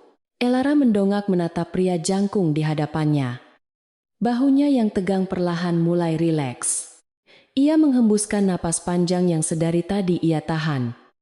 Sebuah helaan napas yang membawa serta seluruh beban penghinaan yang ia terima selama 2 jam terakhir. Tidak ada kata-kata yang terucap selama beberapa detik pertama. Hanya komunikasi bisu antara dua jiwa yang saling memahami tanpa perlu suara. Adrian menatap noda anggur merah yang mengotori gaun sutra istrinya. Lalu beralih menatap lantai yang basah dan pecahan gelas di dekat kaki Elara. Rahangnya mengeras. Otot-otot di lehernya menegang. Dan suhu di sekitar mereka seolah turun drastis. membuat Ratna dan Budi yang duduk di dekat situ gemetar ketakutan. Tanpa mempedulikan ratusan mata yang menonton, Adrian melepaskan jas tuxedo mahalnya dengan gerakan yang sangat lembut. Kontras dengan aura membunuhnya. Ia menyampirkan jas hangat beraroma mus dan kayu cendana itu ke bahu Elara, menutupi noda anggur dan melindungi tubuh istrinya dari dinginnya AC serta tatapan jahat orang-orang. Tangannya berhenti sejenak di bahu Elara, meremasnya pelan, memberikan rasa aman yang absolut. Maaf aku terlambat. In the sky pending. Sayang, ucap Adrian dengan suara bariton yang rendah dan berat, namun terdengar sangat jelas di tengah keheningan ruangan yang mati. Seharusnya aku tidak membiarkanmu masuk ke sarang ular ini sendirian sejak awal. Satu kata itu, sayang, meledak seperti bom atom di dalam kepala setiap orang yang mendengarnya. Kata itu meruntuhkan seluruh asumsi, menghancurkan seluruh narasi, dan membalikkan seluruh realitas yang ada di ruangan itu. Rian, yang baru saja berhasil menyeimbangkan tubuhnya setelah didorong pengawal, merasa seolah-olah lantai di bawah kakinya runtuh. Wajahnya memucat seketika. Darah seakan terkuras habis dari kepalanya. Mulutnya terbuka dan tertutup seperti ikan yang kekurangan oksigen, mencoba memproses informasi yang tidak masuk akal itu. Wanita yang baru saja ia hina, ia ancam, dan ia rendahkan sebagai orang miskin, ternyata adalah istri dari pria yang ia sembah-sembah. Bella, yang masih memegang teko air dengan tangan gemetar, merasakan pegangannya melemah. Teko kaca berat itu terlepas dari jari-jarinya, jatuh menghantam lantai marmer dengan suara perang yang nyaring, memecah kesunyian dan mengirimkan percikan air es ke segala arah. Namun, tidak ada yang peduli pada pecahan kaca itu. Mata Bella terbelalak horor, menatap jas tuxedo yang kini membungkus tubuh Elara. Sebagai wanita yang gila merek, Bella tahu persis bahwa jas itu adalah karya Master Tailor dari Savile Row, London, yang harganya mungkin bisa membeli rumah kecil di pinggiran Jakarta. Fakta bahwa Elara mengenakannya dengan santai adalah tamparan keras bagi segala kesombongan palsu Bella tentang kekayaan. Pak Santoso, sang general manager, adalah orang yang bereaksi paling cepat secara fisik karena insting bertahan hidupnya berteriak paling keras. Kakinya lemas seketika. Ia menyadari bahwa ia baru saja memerintahkan keamanan untuk mengusir istri dari pemilik saham mayoritas grup hotel tempatnya bekerja. Istri dari salah satu orang paling berpengaruh di negara ini, dengan wajah pucat pasi seperti mayat. Santoso bergegas maju, mengabaikan harga dirinya, dan membungkuk dalam-dalam, hampir 90 derajat, di hadapan Adrian dan Elara. Keringat dingin bercucuran deras dari dahinya, menetes ke lantai marmer yang dingin. Tuan Adrian. Nyonya. Santoso tergagap. Suaranya pecah karena ketakutan yang murni. Saya sungguh tidak tahu. Mohon ampun, Tuan. Ini adalah kesalahpahaman yang sangat fatal. Jika saya tahu Nyonya Elara adalah istri Anda, saya akan menyambutnya di pintu depan dengan karpet merah. Mohon belas kasihan Anda. Tuan, permintaan maaf yang menyedihkan itu semakin memperjelas status Elara di mata para tamu yang masih bingung. Bisik-bisik mulai terdengar riuh. Nada suara mereka berubah drastis dari cemoohan menjadi ketakutan dan kekaguman. Mereka yang tadi ikut menertawakan Elara kini menundukkan kepala, berharap wajah mereka tidak diingat. Adrian perlahan memalingkan wajahnya dari Elara, menoleh ke arah Santoso yang masih membungkuk. Lalu tatapannya beralih menyapu wajah Rian dan Bella. Sorot mata Adrian saat itu bukanlah tatapan seorang manusia, melainkan tatapan seekor predator puncak yang sedang melihat mangsanya. Dingin, kalkulatif, dan tanpa ampun. Kesalahpahaman ulang Adrian dengan nada datar yang mengerikan. Saya melihat istri saya berdiri di sini dengan gaun kotor, dikelilingi oleh petugas keamananmu yang siap menyeretnya keluar. Sementara dua orang badut di sana. Adrian menunjuk Rian dan Bella tanpa menoleh. Mencoba menyiramnya dengan air kotor. Apakah itu definisi pelayanan bintang 5 di hotel ini sekarang? Santoso gemetar semakin hebat. Lututnya akhirnya menyerah dan ia jatuh berlutut di lantai. Bukan. Tuan, bukan begitu. Saya ditipu oleh laporan palsu dari pria itu. Santoso menunjuk Rian dengan jari gemetar. Berusaha menyelamatkan lehernya sendiri dengan mengorbankan Rian.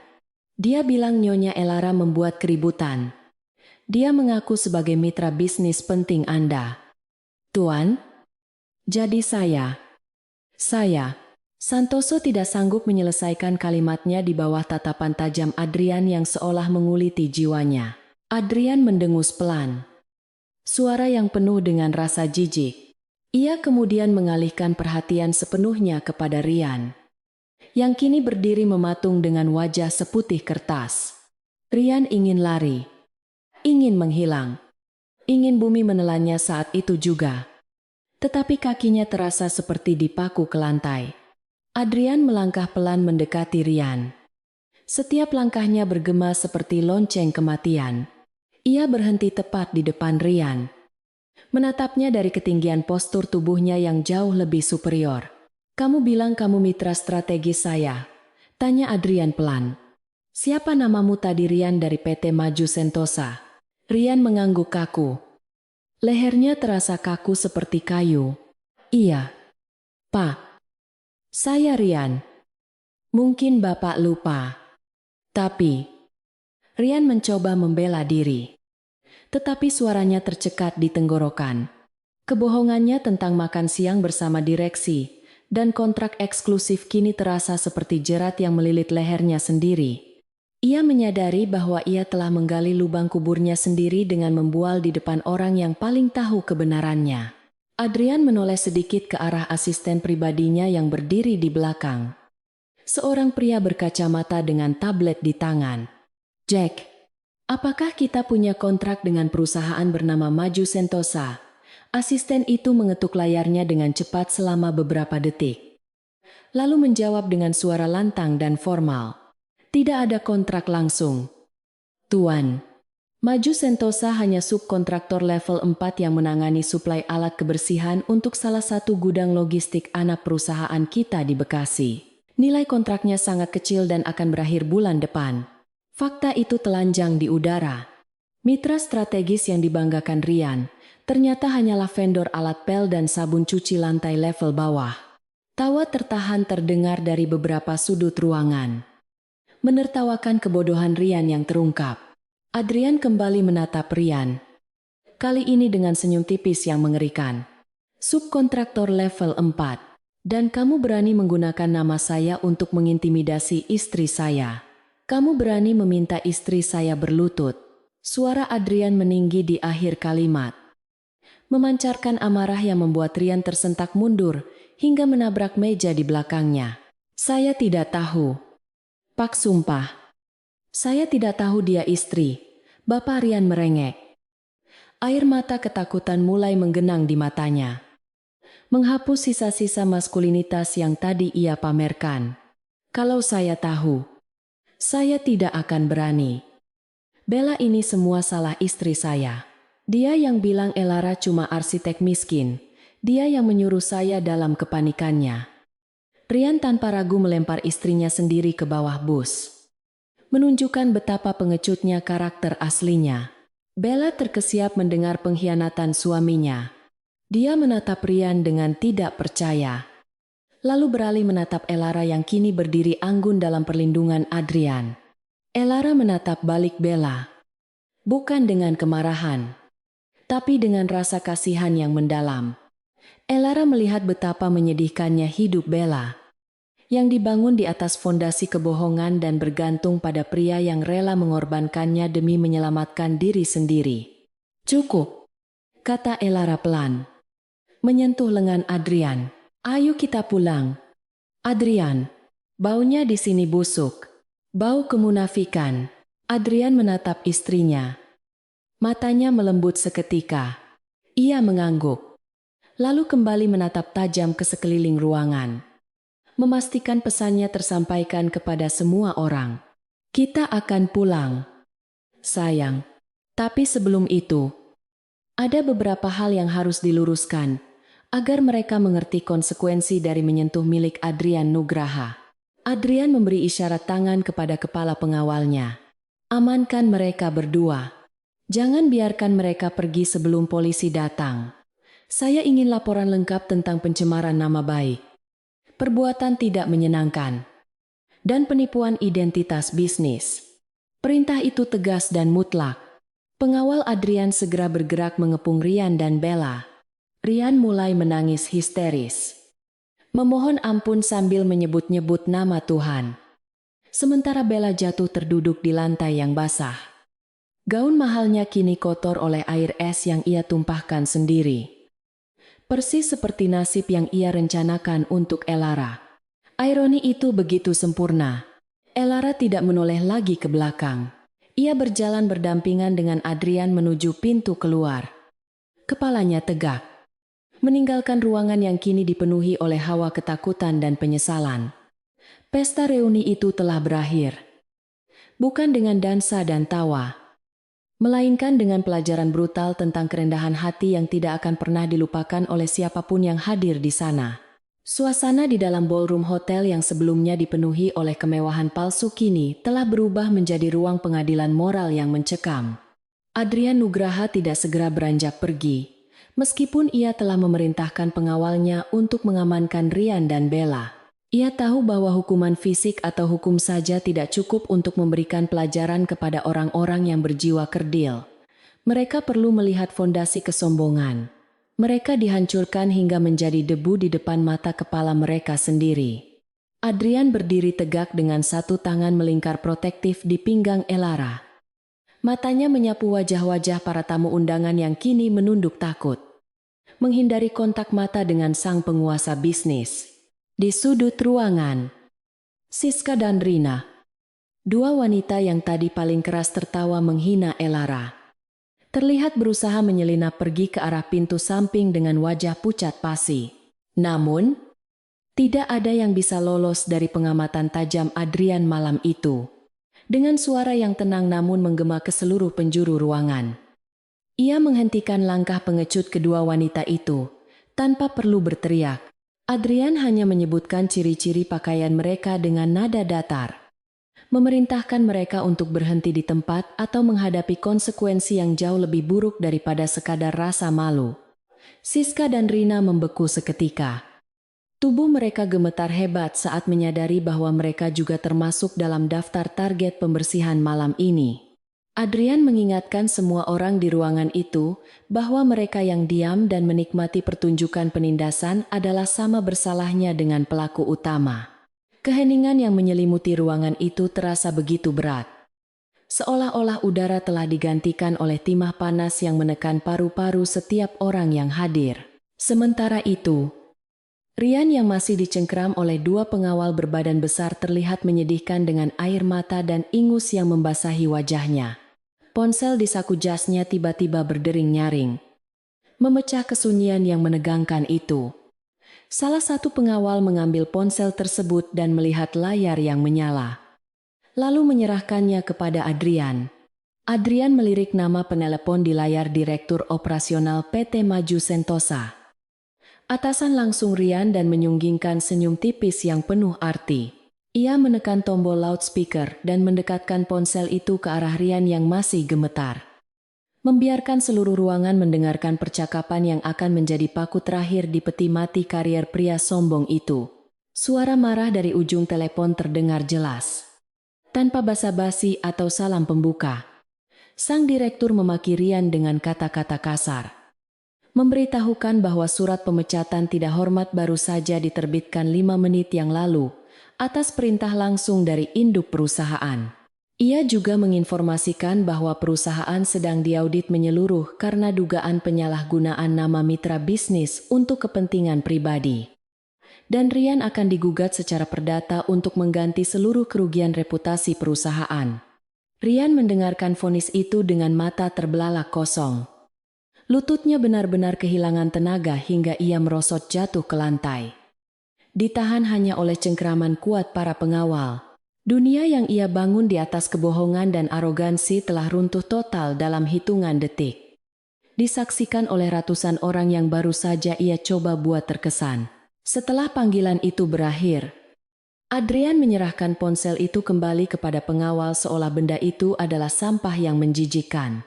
Ia kemudian beralih menatap Bella yang masih terduduk di lantai basah dengan gaun kotor dan makeup luntur.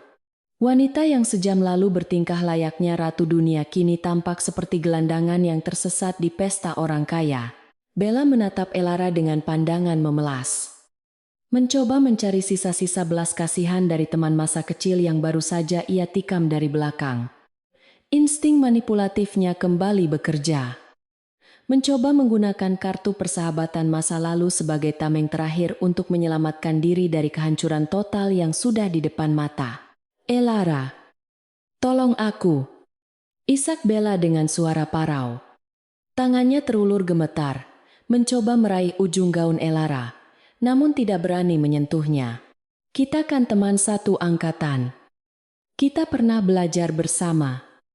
Maafkan aku, Elara. Aku hilaf. Aku cuma iri karena kamu selalu lebih pintar dariku. Tolong bicara pada suamimu. Jangan biarkan mereka memenjarakan kami. Aku punya anak kecil di rumah. Elara, kamu pasti mengerti perasaan seorang ibu. Kan? Tolong jangan hancurkan hidup kami hanya karena kesalahan satu malam ini. Aku janji akan bersujud di kakimu setiap hari kalau perlu. Asal kamu memaafkan kami. Permohonan itu terdengar sangat menyedihkan sekaligus menjijikkan di telinga Elara. Ia melihat betapa mudahnya Bella mengganti topeng dari penindas kejam menjadi korban yang tak berdaya ketika posisinya terancam. Elara melepaskan diri sedikit dari rangkulan Adrian. Melangkah maju satu langkah mendekati Bella. Namun tetap menjaga jarak seolah menghindari penyakit menular. Ia menatap Bella dengan sorot mata yang bukan lagi berisi kemarahan, melainkan kekecewaan mendalam dan ketenangan yang mematikan. Elara tidak berteriak atau memaki. Ia hanya berbicara dengan nada lembut namun tegas yang menusuk langsung ke jantung persoalan. Menelanjangi kemunafikan Bella di hadapan semua orang. Teman, katamu, tanya Elara pelan. Namun setiap suku katanya terdengar jelas di ruangan yang sunyi senyap itu. Seorang teman tidak akan mempermalukan temannya di depan umum demi kepuasan ego. Seorang teman tidak akan menghina pekerjaan halal temannya atau mendoakan hidupnya susah. Kamu tidak pernah menganggapku teman. Bella, bagimu, aku hanyalah alat ukur untuk membuat dirimu merasa lebih tinggi. Kamu menggunakan anakmu sebagai tameng sekarang. Tapi di mana hati nuranimu saat kamu berusaha menghancurkan harga diriku? Tadi kamu tidak sedang meminta maaf karena menyesal telah menyakitiku. Kamu meminta maaf karena kamu kalah dan takut kehilangan kenyamanan hidupmu. Kata-kata Elara menohok tepat sasaran. Membuat Bella terdiam 1000 bahasa dengan mulut terkunci rapat. Tidak ada argumen yang bisa ia keluarkan untuk membantah kebenaran telanjang itu. Elara menarik napas panjang. Merasakan beban masa lalu, terangkat dari pundaknya, seiring dengan setiap kata yang ia ucapkan. Ia menyadari bahwa balas dendam terbaik bukanlah dengan membalas kejahatan dengan kejahatan, melainkan dengan menunjukkan bahwa kebahagiaan dan nilainya tidak bergantung pada validasi orang-orang seperti Bella. Elara telah memenangkan pertempuran ini jauh sebelum Adrian datang. Karena ia memiliki integritas yang tidak dimiliki oleh Bella. Aku tidak akan memintamu bersujud. Bella, itu adalah hal yang kamu inginkan dariku. Dan aku tidak akan merendahkan diriku menjadi sepertimu. Lanjut Elara. Suaranya kini terdengar lebih ringan. Hukum akan berjalan sesuai jalurnya. Konsekuensi dari tindakanmu dan suamimu adalah tanggung jawab kalian sendiri sebagai orang dewasa. Jangan bebankan nasibmu pada belas kasihanku setelah kamu berusaha membunuh karakternya. Simpan air matamu untuk pengadilan nanti. Karena di sini, air mata palsu itu tidak lagi memiliki nilai. Elara kemudian membalikkan badannya. menutup babak gelap masa lalunya dengan gerakan yang anggun dan final. Adrian menatap istrinya dengan sorot mata penuh kekaguman dan rasa bangga yang tak terlukiskan. Ia tahu betapa kuatnya Elara. Namun melihatnya berdiri tegak dan menolak untuk menjadi pendendam yang kejam, membuatnya semakin mencintai wanita itu. Adrian kembali menatap kerumunan tamu undangan yang masih mematung. Ia memberikan peringatan terakhir. Sebuah ultimatum bagi siapapun yang berani menyebarkan gosip murahan atau mencoba memutarbalikkan fakta tentang kejadian malam ini. Ia memastikan bahwa semua orang mengerti bahwa nama baik Elara dijaga oleh kekuatan penuh Nugraha Group. Dan siapapun yang berani mengusiknya akan berhadapan langsung dengannya. Malam ini adalah pelajaran bagi kalian semua, ujar Adrian dengan suara dingin yang berwibawa. Kalian menilai seseorang dari pakaian dan merek tas yang mereka bawa. Tapi kalian lupa bahwa integritas dan kecerdasan adalah mata uang yang sesungguhnya. Istri saya, Elara, memiliki nilai yang tidak bisa dibeli dengan seluruh harta yang ada di ruangan ini. Mulai detik ini, jika saya mendengar satu kata buruk tentang dia keluar dari mulut siapapun yang ada di sini, saya pastikan karier kalian akan berakhir lebih cepat dari jatuhnya gelas ke lantai. Mengerti? Seruan mengerti. Tuan terdengar lirih, namun serempak dari beberapa sudut ruangan. Suara dari orang-orang yang ketakutan setengah mati. Adrian mengangguk puas, lalu memberikan isyarat kepada asistennya untuk membereskan sisa urusan dengan pihak hotel, termasuk memastikan pemecatan Santoso diproses secara formal. Malam itu juga, Santoso, yang masih berlutut lemas di lantai, hanya bisa menatap lantai marmer dengan tatapan kosong, meratapi kebodohannya yang lebih memilih menjilat penipu daripada bersikap profesional. Kariernya di dunia perhotelan telah tamat, hancur oleh satu keputusan fatal yang didasari oleh prasangka buruk. Elara melirik sekilas ke arah meja nomor 15. Tempat Ratna dan Budi masih duduk dengan wajah takjub, bercampur haru. Elara tersenyum tulus kepada mereka, memberikan anggukan kecil sebagai tanda perpisahan dan janji bahwa persahabatan mereka tidak akan berubah meskipun status Elara kini terungkap. Ratna membalas senyuman itu dengan air mata bahagia, melambaikan tangan kecil, merasa bangga memiliki teman sejati seperti Elara. Budi mengangkat gelas airnya ke udara. Sebuah toast diam-diam untuk kemenangan kebenaran atas kebatilan. Momen kecil itu menjadi satu-satunya titik cahaya kemanusiaan yang tersisa di dalam ballroom yang penuh racun itu. Ayo kita pulang, Elara, bisik Adrian lembut di telinga istrinya, mengulurkan tangannya untuk digenggam. Elara menyambut tangan besar dan hangat itu tanpa ragu, merasakan aliran kekuatan dan cinta yang menenangkannya. Mereka berdua mulai berjalan menuju pintu keluar. Langkah mereka seirama di atas karpet merah yang membentang. Kerumunan tamu undangan membelah jalan secara otomatis, menciptakan lorong lebar bagi pasangan itu untuk lewat. Tidak ada lagi bisik-bisik mencemooh. Tidak ada lagi tatapan merendahkan. Yang tersisa hanyalah rasa segan, takut, dan kekaguman yang mendalam terhadap pasangan yang berjalan dengan kepala tegak itu. Saat mereka melangkah keluar dari pintu ganda ballroom, udara segar, koridor hotel menyambut mereka seperti pelukan kebebasan. Kebisingan dan drama di dalam ruangan itu seketika meredup, tertinggal di belakang punggung mereka.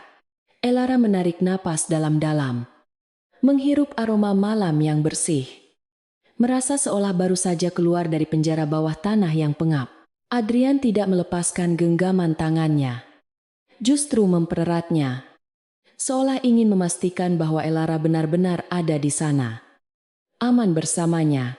Para pengawal berjalan di belakang mereka dengan jarak yang sopan, memberikan privasi bagi tuan dan nyonya mereka untuk menikmati momen kebersamaan ini. Mereka berjalan menyusuri lobi hotel yang megah namun sepi. Langkah kaki mereka bergema lembut di lantai marmer. Di luar, hujan telah berhenti, menyisakan jalanan Jakarta yang basah memantulkan cahaya lampu kota seperti cermin raksasa. Mobil limusin hitam milik Adrian sudah menunggu di depan lobi dengan mesin menyala, siap membawa mereka pergi dari tempat penuh kenangan buruk itu. Sopir pribadi Adrian membukakan pintu belakang dengan sigap, membungkuk hormat saat mereka mendekat. Sebelum masuk ke dalam mobil, Elara berhenti sejenak, menoleh ke belakang melihat bangunan hotel yang menjulang tinggi ke langit malam.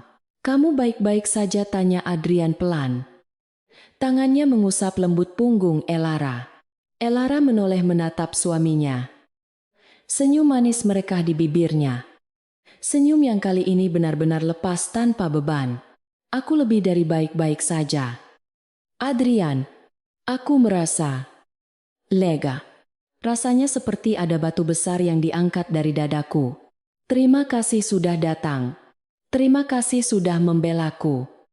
Bukan dengan kekerasan, tapi dengan cara yang membuatku merasa sangat berharga." Elara menyandarkan kepalanya di bahu Adrian sejenak sebelum masuk ke dalam mobil. Di dalam kabin mobil yang hening dan nyaman, terisolasi dari hiruk-pikuk dunia luar, Adrian menarik Elara ke dalam pelukannya. Ia mencium kening istrinya dengan penuh kasih sayang. Sebuah gestur sederhana yang menegaskan bahwa di balik semua kekuasaan dan kekayaan itu, prioritas utamanya hanyalah kebahagiaan wanita di pelukannya. Mobil mulai bergerak perlahan meninggalkan pelataran hotel, membawa mereka menjauh dari masa lalu yang pahit menuju masa depan yang tenang. Elara melihat keluar jendela, melihat lampu-lampu jalan yang bergerak cepat seperti garis-garis cahaya, dan menyadari satu hal penting: malam ini bukan hanya tentang balas dendam, tetapi tentang penegasan jati diri. Sementara itu, di dalam ballroom, pesta telah berakhir secara prematur. Musik tidak lagi dinyalakan.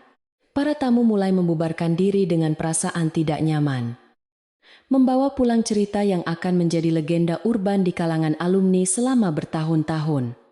Polisi mulai berdatangan untuk memproses Rian dan Bella, yang kini hanya bisa saling menyalahkan dalam keputusasaan. Keadilan telah ditegakkan dengan cara yang paling puitis. Dan Elara, sang arsitek pendiam, telah meninggalkan jejak permanen dalam sejarah angkatan mereka. Bukan dengan teriakan, melainkan dengan keanggunan yang tak tergoyahkan. "Kemana kita akan pergi?" tanya Elara saat mobil melaju membela jalanan protokol. Adrian tersenyum, menatap lurus ke depan dengan binar mata yang hangat. "Kemana saja, asalkan bersamamu. Tapi mungkin kita bisa mampir makan nasi goreng di pinggir jalan langganan kita dulu. Aku rasa kamu belum sempat makan malam dengan benar tadi." Elara tertawa renyah. Tawa yang terdengar sangat merdu di telinga Adrian. Ide yang sempurna. Nasi goreng kaki lima jauh lebih baik daripada hidangan hotel bintang 5 yang penuh kepalsuan. Dan dengan itu, mobil mewah itu melaju menembus malam, membawa sepasang suami istri yang baru saja memenangkan perang tanpa perlu menghunus pedang. Keheningan di dalam kabin limusin Rolls-Royce itu terasa seperti selimut beludru yang hangat dan menenangkan. Sangat kontras dengan kebisingan beracun yang baru saja mereka tinggalkan di ballroom hotel. Elara menyandarkan kepalanya di bahu Adrian. Matanya menatap kosong ke arah jalanan Jakarta yang basah, di mana lampu-lampu kota memantul di aspal hitam, menciptakan lukisan abstrak cahaya. Dia merasakan detak jantung suaminya yang teratur di balik kemeja halusnya. Sebuah ritme yang selalu menjadi jangkar bagi kewarasannya di tengah badai kehidupan. Adrian tidak banyak bicara sejak mereka meninggalkan lobi hotel. Dia hanya membelai lembut rambut Elara. Sebuah gestur sederhana yang menyampaikan ribuan kata penyesalan karena membiarkan istrinya menghadapi penghinaan. Sekaligus rasa bangga yang meluap atas ketegaran wanita itu. Bagi Adrian, malam ini bukan sekadar tentang membungkam mulut orang-orang sombong, tetapi tentang merebut kembali martabat istri tercintanya yang selama ini tersembunyi di balik kerendahan hati. Mobil mewah itu melambat saat memasuki kawasan Sabang, sebuah jalan legendaris yang terkenal dengan kuliner malamnya. Sesuai permintaan Elara, mereka tidak pergi ke restoran bintang 5 lainnya untuk merayakan kemenangan kecil itu. Sebaliknya, mereka berhenti di pinggir jalan, Di dekat sebuah gerobak nasi goreng kambing yang asapnya mengepul harum membawa aroma rempah-rempah yang menggugah selera.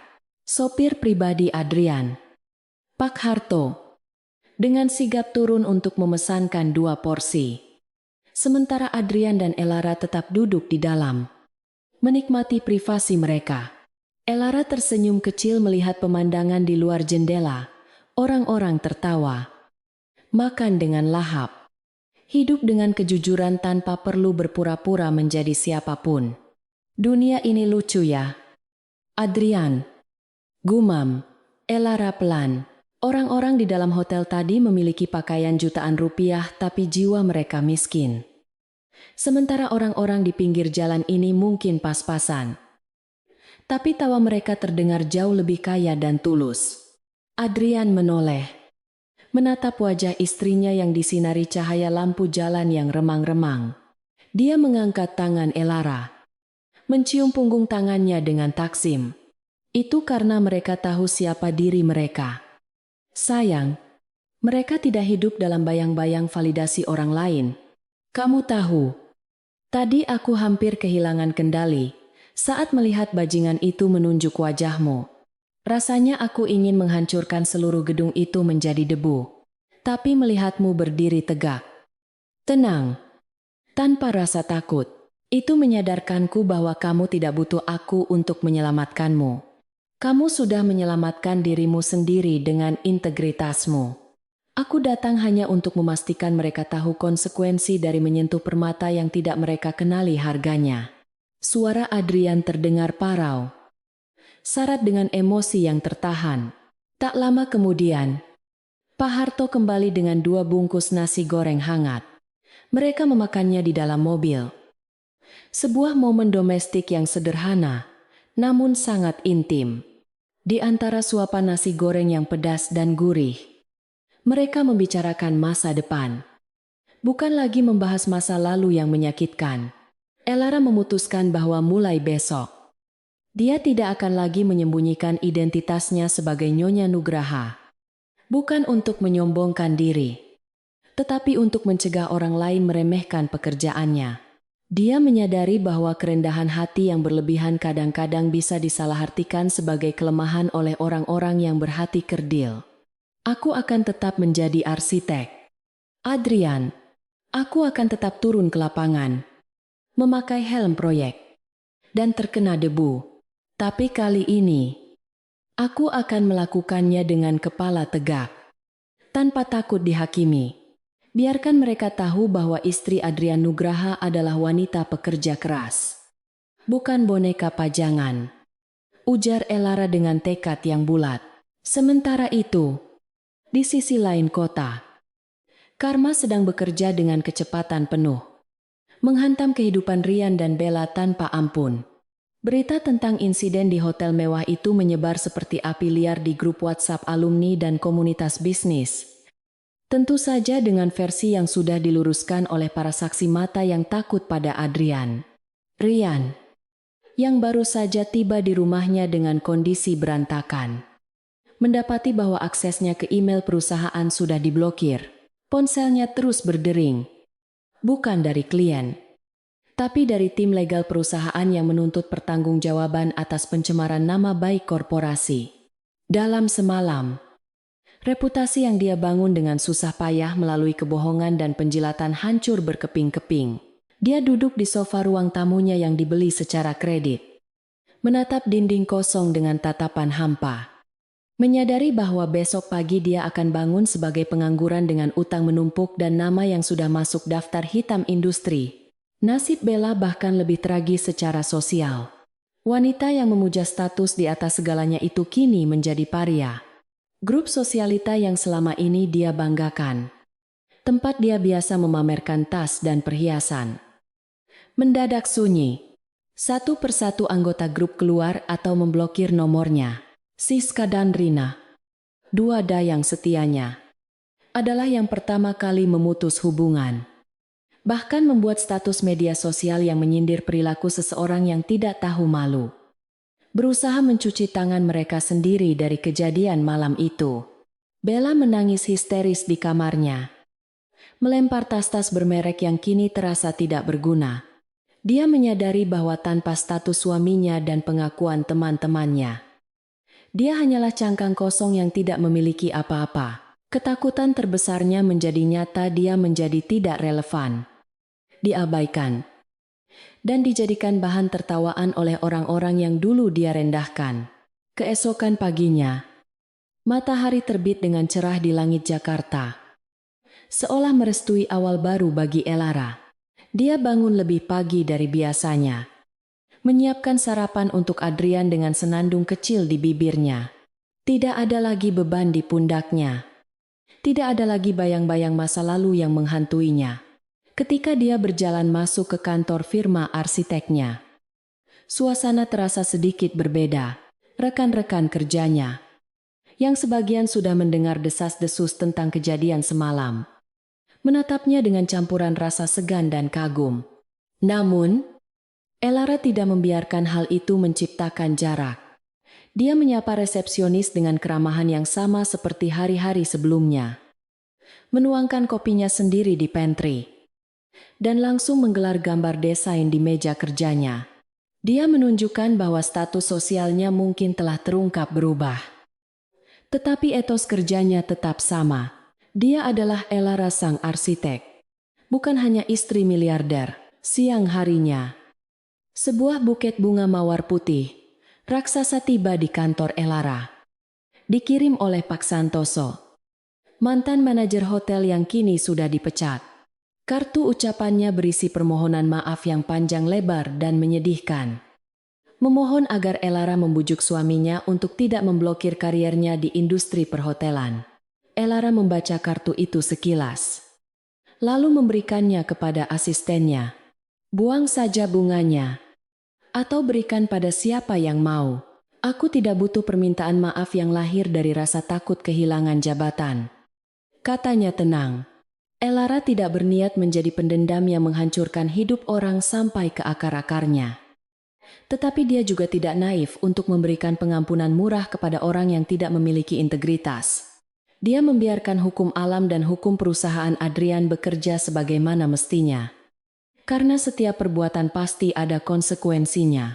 Beberapa hari kemudian, dampak dari reuni itu semakin terasa nyata. Rian dan Bella dikabarkan harus menjual rumah dan mobil mewah mereka untuk menutupi penalti kontrak dan biaya gaya hidup yang tidak lagi bisa mereka sokong. Mereka pindah ke pinggiran kota, hidup jauh dari gemerlap yang dulu mereka agung-agungkan. Kabar ini sampai ke telinga Elara melalui Ratna, yang meneleponnya dengan suara penuh semangat. Elara, kamu tidak akan percaya. Grup angkatan kita sekarang jadi bersih dari pameran harta. Orang-orang mulai membagikan lowongan kerja dan info beasiswa lagi. Persis seperti tujuan awal alumni. Terima kasih, Elara. Keberanianmu malam itu benar-benar menampar kami semua untuk kembali sadar, ujar Ratna. Elara tersenyum mendengar itu, merasa senang bahwa tindakannya membawa dampak positif bagi komunitas kecilnya. Minggu malam, Elara dan Adrian duduk bersantai di balkon penthouse mereka, menikmati angin malam yang sejuk. Di tangan Elara ada segelas teh hangat, sementara Adrian sedang membaca buku di sampingnya. Mereka tidak perlu berada di pesta mewah atau dikelilingi ratusan orang untuk merasa bahagia. Kebahagiaan sejati, pikir Elara, adalah ketenangan batin. Kamu tahu, kata Adrian tiba-tiba, menutup bukunya. Aku berpikir untuk mendirikan yayasan beasiswa atas namamu, khusus untuk mahasiswa arsitektur yang kurang mampu tapi berprestasi. Aku ingin tidak ada lagi Elara lain yang harus merasa minder atau kesulitan biaya saat mengejar mimpi mereka. Mata Elara berkaca-kaca mendengar tawaran itu. Itu adalah hadiah terindah yang bisa diberikan Adrian. Jauh lebih berharga daripada berlian atau tas mewah manapun. Itu ide yang luar biasa. Adrian, aku mau, jawabnya dengan suara bergetar. Mari kita bantu mereka bersinar dengan cahaya mereka sendiri, supaya mereka tidak perlu meredupkan cahaya orang lain untuk merasa terang. Adrian tersenyum, menarik Elara ke dalam pelukannya. Di bawah langit Jakarta yang luas, mereka merencanakan masa depan yang tidak hanya tentang memperkaya diri sendiri, tetapi juga memberdayakan orang lain. Kisah Elara mengajarkan satu hal penting, bahwa nilai seseorang tidak ditentukan oleh label pakaian yang menempel di tubuhnya, melainkan oleh kekuatan karakter yang ada di dalam jiwanya. Emas akan tetap berkilau meskipun terendam dalam lumpur, sementara loyang akan tetap berkarat meskipun dipoles setiap hari. Malam reuni yang penuh sijinaan itu kini hanyalah sebuah kenangan yang memudar. Sebuah babak penutup bagi masa lalu yang kelam. Elara melangkah maju dengan keyakinan baru, didampingi oleh pria yang mencintainya apa adanya. Dia bukan lagi gadis yang bisa diremehkan. Dia adalah wanita yang telah menemukan kekuatannya sendiri. Dan tidak ada satu orang pun di dunia ini yang bisa mengambil itu darinya.